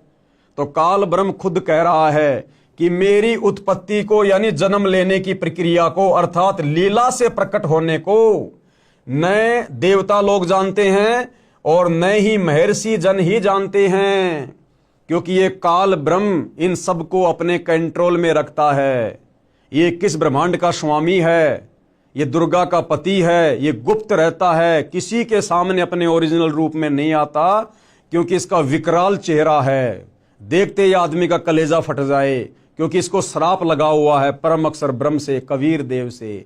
इसलिए ये गुप्त रहता है 21वें ब्रह्मांड में और सारा का सारा कार्य अपनी पत्नी दुर्गा और अपने तीनों पुत्रों ब्रह्मा विष्णु महेश के माध्यम से करवाता है। तो ये कह रहा है कि मेरी लीला से प्रकट होने की, अर्थात मेरे जन्म लेने की प्रक्रिया को न तो देवता लोग जानते हैं और न ही महर्षि जन जानते हैं। अब भाइयों और बहनों, ब्रह्मा विष्णु महेश से भी इसने सच्चाई को छुपा रखा है कि यदि मेरे विषय में इस सच्चाई का मेरे तीनों पुत्रों को पता चल गया तो ये मेरे लिए कार्य नहीं करेंगे।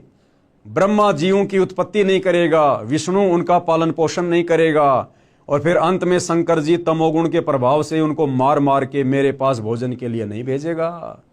इसलिए ये काल गुप्त रहता है और सारा कार्य धोखे में रखकर अपने तीनों पुत्रों को मैनेजर बनाकर करवा रहा है। इसलिए कह रहा है कि मेरी उत्पत्ति को, अर्थात लीला से प्रकट होने को न तो देवता लोग जानते हैं और न ही महर्षि जन ही जानते हैं, क्योंकि मैं सब प्रकार से देवताओं का और महर्षियों का भी आदि कारण हूं। यानी 21 ब्रह्मांड में इस काल के अंतर्गत जितने भी देवी देवता हैं, ब्रह्मा विष्णु महेश है, ये महर्षि जन है, ये सब इस काल के अधीन हैं, इनकी पहुंच काल तक नहीं है। इसीलिए तो भाई और बहनों, आज तक ये अध्यात्म ज्ञान बिल्कुल 0/0 था। किसी ने भी परमात्मा के विषय में सटीक जानकारी नहीं दी, जिससे भी पूछा उसी ने बता दिया परमात्मा तो निराकार है, क्योंकि सब काल के नीचे हैं और ये गुप्त रहता है, किसी के सामने नहीं आता। इसलिए अपनी असलियत बताने के लिए दुर्गा को भी मना कर रखा है कि मेरे विषय में यदि किसी को सच्चाई बता दी तो मेरे से बुरा और कोई नहीं होगा। ये आप जिस सृष्टि रचना को पढ़ेंगे तब पता चलेगा। इसलिए इस 21 ब्रह्मांड के सभी प्राणी ब्रह्मा विष्णु महेश से ज्ञान प्राप्त, ये नीचे के ये महर्षि जन, साधु संत महात्मा, ये सब लोग भ्रमित हैं भक्ति और भगवान को लेकर। आगे बढ़ते हैं भाइयों और बहनों, इन श्लोकों में स्पष्ट किया है कि हे अर्जुन, तेरे और मेरे बहुत जन्म हो चुके हैं। कौन कह रहा है? गीता का ज्ञान देने वाला ये काल ब्रह्म। इन श्लोकों में स्पष्ट किया है कि हे अर्जुन, तेरे और मेरे बहुत जन्म हो चुके हैं, तू नहीं जानता, मैं जानता हूं। मैं और ये राजा लोग तथा तू पहले भी जन्मे थे, आगे भी जन्मेंगे। अब भैया जिसका जन्म और मरण है वो भगवान कैसे हो सकता है? खुद गीता ज्ञान देने वाला काल ब्रह्म स्वीकार कर रहा है। मेरी उत्पत्ति को न ऋषिजन जानते हैं न देवता जानते हैं। हम रामपाल दास व अनुयायी गीता का आदेश पालन करते हुए उसी परमेश्वर की शरण में जा चुके हैं। हम परम अक्षर ब्रह्म यानी सत्य पुरुष जी को इष्ट रूप में प्रतिष्ठित करके अपने धर्म कर्म तथा पूजा साधना करते हैं। अन्य विश्व के सभी धर्मों व देवों का सम्मान करते हैं। दास यानी लेखक कौन? सतगुरु रामपाल जी। आप हिंदू साहिबानों व विश्व के सब मानव से प्रार्थना करता हूं कि आप भी अविलंब उसी की शरण में जाओ। किसकी शरण में? परम अक्षर ब्रह्म की शरण में, जिसकी शरण में जाने के लिए खुद गीता ज्ञानदाता, ये गीता का ज्ञान बोलने वाला काल ब्रह्म भी कह रहा है। आप सबका मानव जीवन धन्य हो जाएगा। धन्य होने का मतलब है पूर्ण मुक्ति हो जाएगी सदा सदा के लिए उस अविनाशी परमात्मा के अविनाशी लोक में, परम पुरुष के सनातन परम धाम में, सतलोक में चले जाएंगे सतगुरु रामपाल जी से शास्त्र अनुकूल सत भक्ति लेकर, और सदा सदा के लिए इस काल लोक से हमारा जन्म मरण का झंझट ही समाप्त हो जाएगा। दूसरी कोई भी भक्ति पूर्ण मुक्ति की संसार में नहीं है। फिर आगे सवाल खड़ा होता है। किसी ने सवाल किया है, क्या सवाल है? आप लेखक रामपाल दास के धर्म का क्या नाम है? इष्ट कौन है? साधना क्या की जाती है? किस शास्त्र को आधार मानते हो? तो पूज्य गुरुदेव भगवान क्या उत्तर दे रहे हैं? पुस्तक के प्रारंभ में मैंने अपना धर्म स्पष्ट कर दिया है। क्या? हमारा धर्म मानव है। यानी ये जितने भी धर्म हैं जो वर्तमान में प्रचलित हैं, हिंदू, मुस्लिम, सिख, ईसाई, जैनी, यहूदी, बौद्ध, सिख, ये तो हमारे धार्मिक धर्म गुरुओं की अज्ञानता का नतीजा है, जो समाज को इन शास्त्रों का निष्कर्ष निकालकर सत भक्ति नहीं दे पाए, जिस कारण से समाज धीरे धीरे सनातनी पूजा से हटकर संप्रदायों में बट गया, देवी देवताओं की पूजा में बट गया। तो ये जो तथाकथित धर्म है, ये तो हमारे नादान धर्म गुरुओं की देन है। अन्यथा हम सभी प्राणियों का एक ही धर्म है, मानव धर्म, क्योंकि हम सब मानव है, इंसान हैं, और जिसके अंदर मानवता है, इंसानियत है, दया है, धर्म है, वही असल में धार्मिक व्यक्ति है। पुस्तक के प्रारंभ में मैंने अपना धर्म स्पष्ट कर दिया। हमारा धर्म मानव है। हम मानव शरीरधारी प्राणी हैं। यह आदि सनातन धर्म पंथ कहा जाता है। हमारा इष्ट यानी इष्ट कौन है? परम अक्षर ब्रह्म, जिसकी शरण में जाने के लिए गीता ज्ञानदाता कह रहा है। परम अक्षर ब्रह्म यानी सत्य पुरुष है। हम सूक्ष्म वेद के आधार से साधना में पूजा करते हैं, क्योंकि चारों वेदों में भक्ति का कंप्लीट ज्ञान नहीं है। इसलिए पांचवा वेद सूक्ष्म वेद, उसकी रचना स्वयं परम अक्षर ब्रह्म धरती पर संत रूप में आकर करवाते हैं। उसमें कंप्लीट अध्यात्म का ज्ञान होता है, और फिर उस पांचवें सूक्ष्म वेद को समझाने के लिए वही परम अक्षर ब्रह्म सत्य पुरुष कबीर देव तत्वदर्शी संत बनकर धरती पर प्रकट होते हैं, जैसे कि वर्तमान में सतगुरु रामपाल जी। परम अक्षर ब्रह्म का नाम कबीर है। चारों वेद व गीता जी का ज्ञान सूक्ष्म वेद से लिया अधूरा ज्ञान है, परंतु जितना इनमें ज्ञान है वह सत्य है, सूक्ष्म वेद से मिलता है। हमारा धाम सत्य लोक है, यानी हम कहाँ के निवासी हैं? सतलोक के, जिसे सनातन परम धाम भी कहा जाता है। सनातन मतलब जो कभी भी विनाश में नहीं आता, और ये परम यानी सर्वश्रेष्ठ, और धाम यानी जगह, स्थान। कृपया पढ़े इसी पुस्तक के पेज नंबर 437 पर उन्हें साधकों की आत्मकथा, जो पहले हिंदू समाज में चल रही शास्त्रों की विपरीत पूजा करते थे, जिसे कोई लाभ नहीं हुआ। जब से शास्त्रोक्त साधना करने लगे, कितना चमत्कारी लाभ हुआ, मोक्ष भी हुआ। अतः विश्व के सब भाइयों तथा बहनों से निवेदन करता हूं कि सब एक हो जाओ। यानी अब वो समय आ गया सत भक्ति करके जन्म मरण से अपना पीछा छुड़वाने का। ये भक्ति युग शुरू हो चुका है। सत्य साधना करके जन्म मृत्यु के कष्ट से सदा के लिए छुटकारा प्राप्त करो। परमेश्वर के उस परम धाम में जाओ, जहां जाने के पश्चात साधक यानी भगत, साधिका यानी फीमेल भगत फिर लौटकर संसार में नहीं आते। आप सभी का शुभ चिंतक लेखक संत रामपाल दास यानी सतगुरु रामपाल जी। तो भाइयों और बहनों, हिंदू धर्म के सर्वश्रेष्ठ ग्रंथ पवित्र गीता जी ने भक्ति और भगवान की स्थिति को दर्शाते हुए, उसके विषय में साफ साफ बताते हुए किसी प्रकार की कोई कमी नहीं छोड़ी है। आप और हमें मनुष्य जन्म प्राप्त हैं। हमें परमपिता परमेश्वर ने 84 लाख योनियों से भिन्न शरीर प्रदान किया है। विशेष हमारे को बुद्धि प्रदान की है, सोचने समझने की, सलाह लेने की हमारे को विशिष्ट परमात्मा ने यह तर्क शक्ति दी है। हम इन सभी चीज़ों का इस्तेमाल करते हुए इस अध्यात्म को जानने और पहचानने का धैर्य पूर्वक निष्पक्ष होकर प्रयत्न करें, प्रयास करें। तभी भाइयों और बहनों, हम इस पुस्तक में लिखे गूढ़ ज्ञान को, सत्य ज्ञान को समझ पाएंगे और सतगुरु रामपाल जी की शरण प्राप्त करके अपनी आत्मा का कल्याण करवा पाएंगे।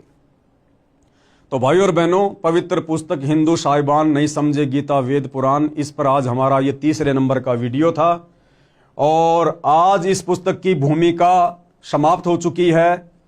कल हम इस पुस्तक के 2 अध्याय से शुरू करेंगे आगे, जिसमें समझाया जाएगा 2 अध्याय पवित्र हिंदू शास्त्र वर्सेज हिंदू, यानी पवित्र हिंदू धर्म के पवित्र शास्त्रों में, चारों वेदों में और गीता जी में भक्ति और भगवान के विषय में क्या लिखा हुआ है और हिंदू समाज अपने ही धर्म के सदग्रंथों के विरुद्ध साधना कर रहा है या उन शास्त्रों के अनुसार साधना कर रहा है। इन सब बातों की जानकारी हम कल के वीडियो में प्राप्त करेंगे। तब तक के लिए पूज्य गुरुदेव भगवान हम सबको आशीर्वाद दे, हम सबका मार्गदर्शन करे, हमें सद्बुद्धि प्रदान करे, ताकि उनके कर कमल से लिखित इन पवित्र पुस्तकों की सच्चाई हमारी समझ में आ सके और हम अपना आत्म कल्याण करवाने की दिशा में आगे बढ़ें। तो आज के वीडियो में केवल इतना ही। बंदी छोड़ सतगुरु रामपाल जी भगवान की जय हो।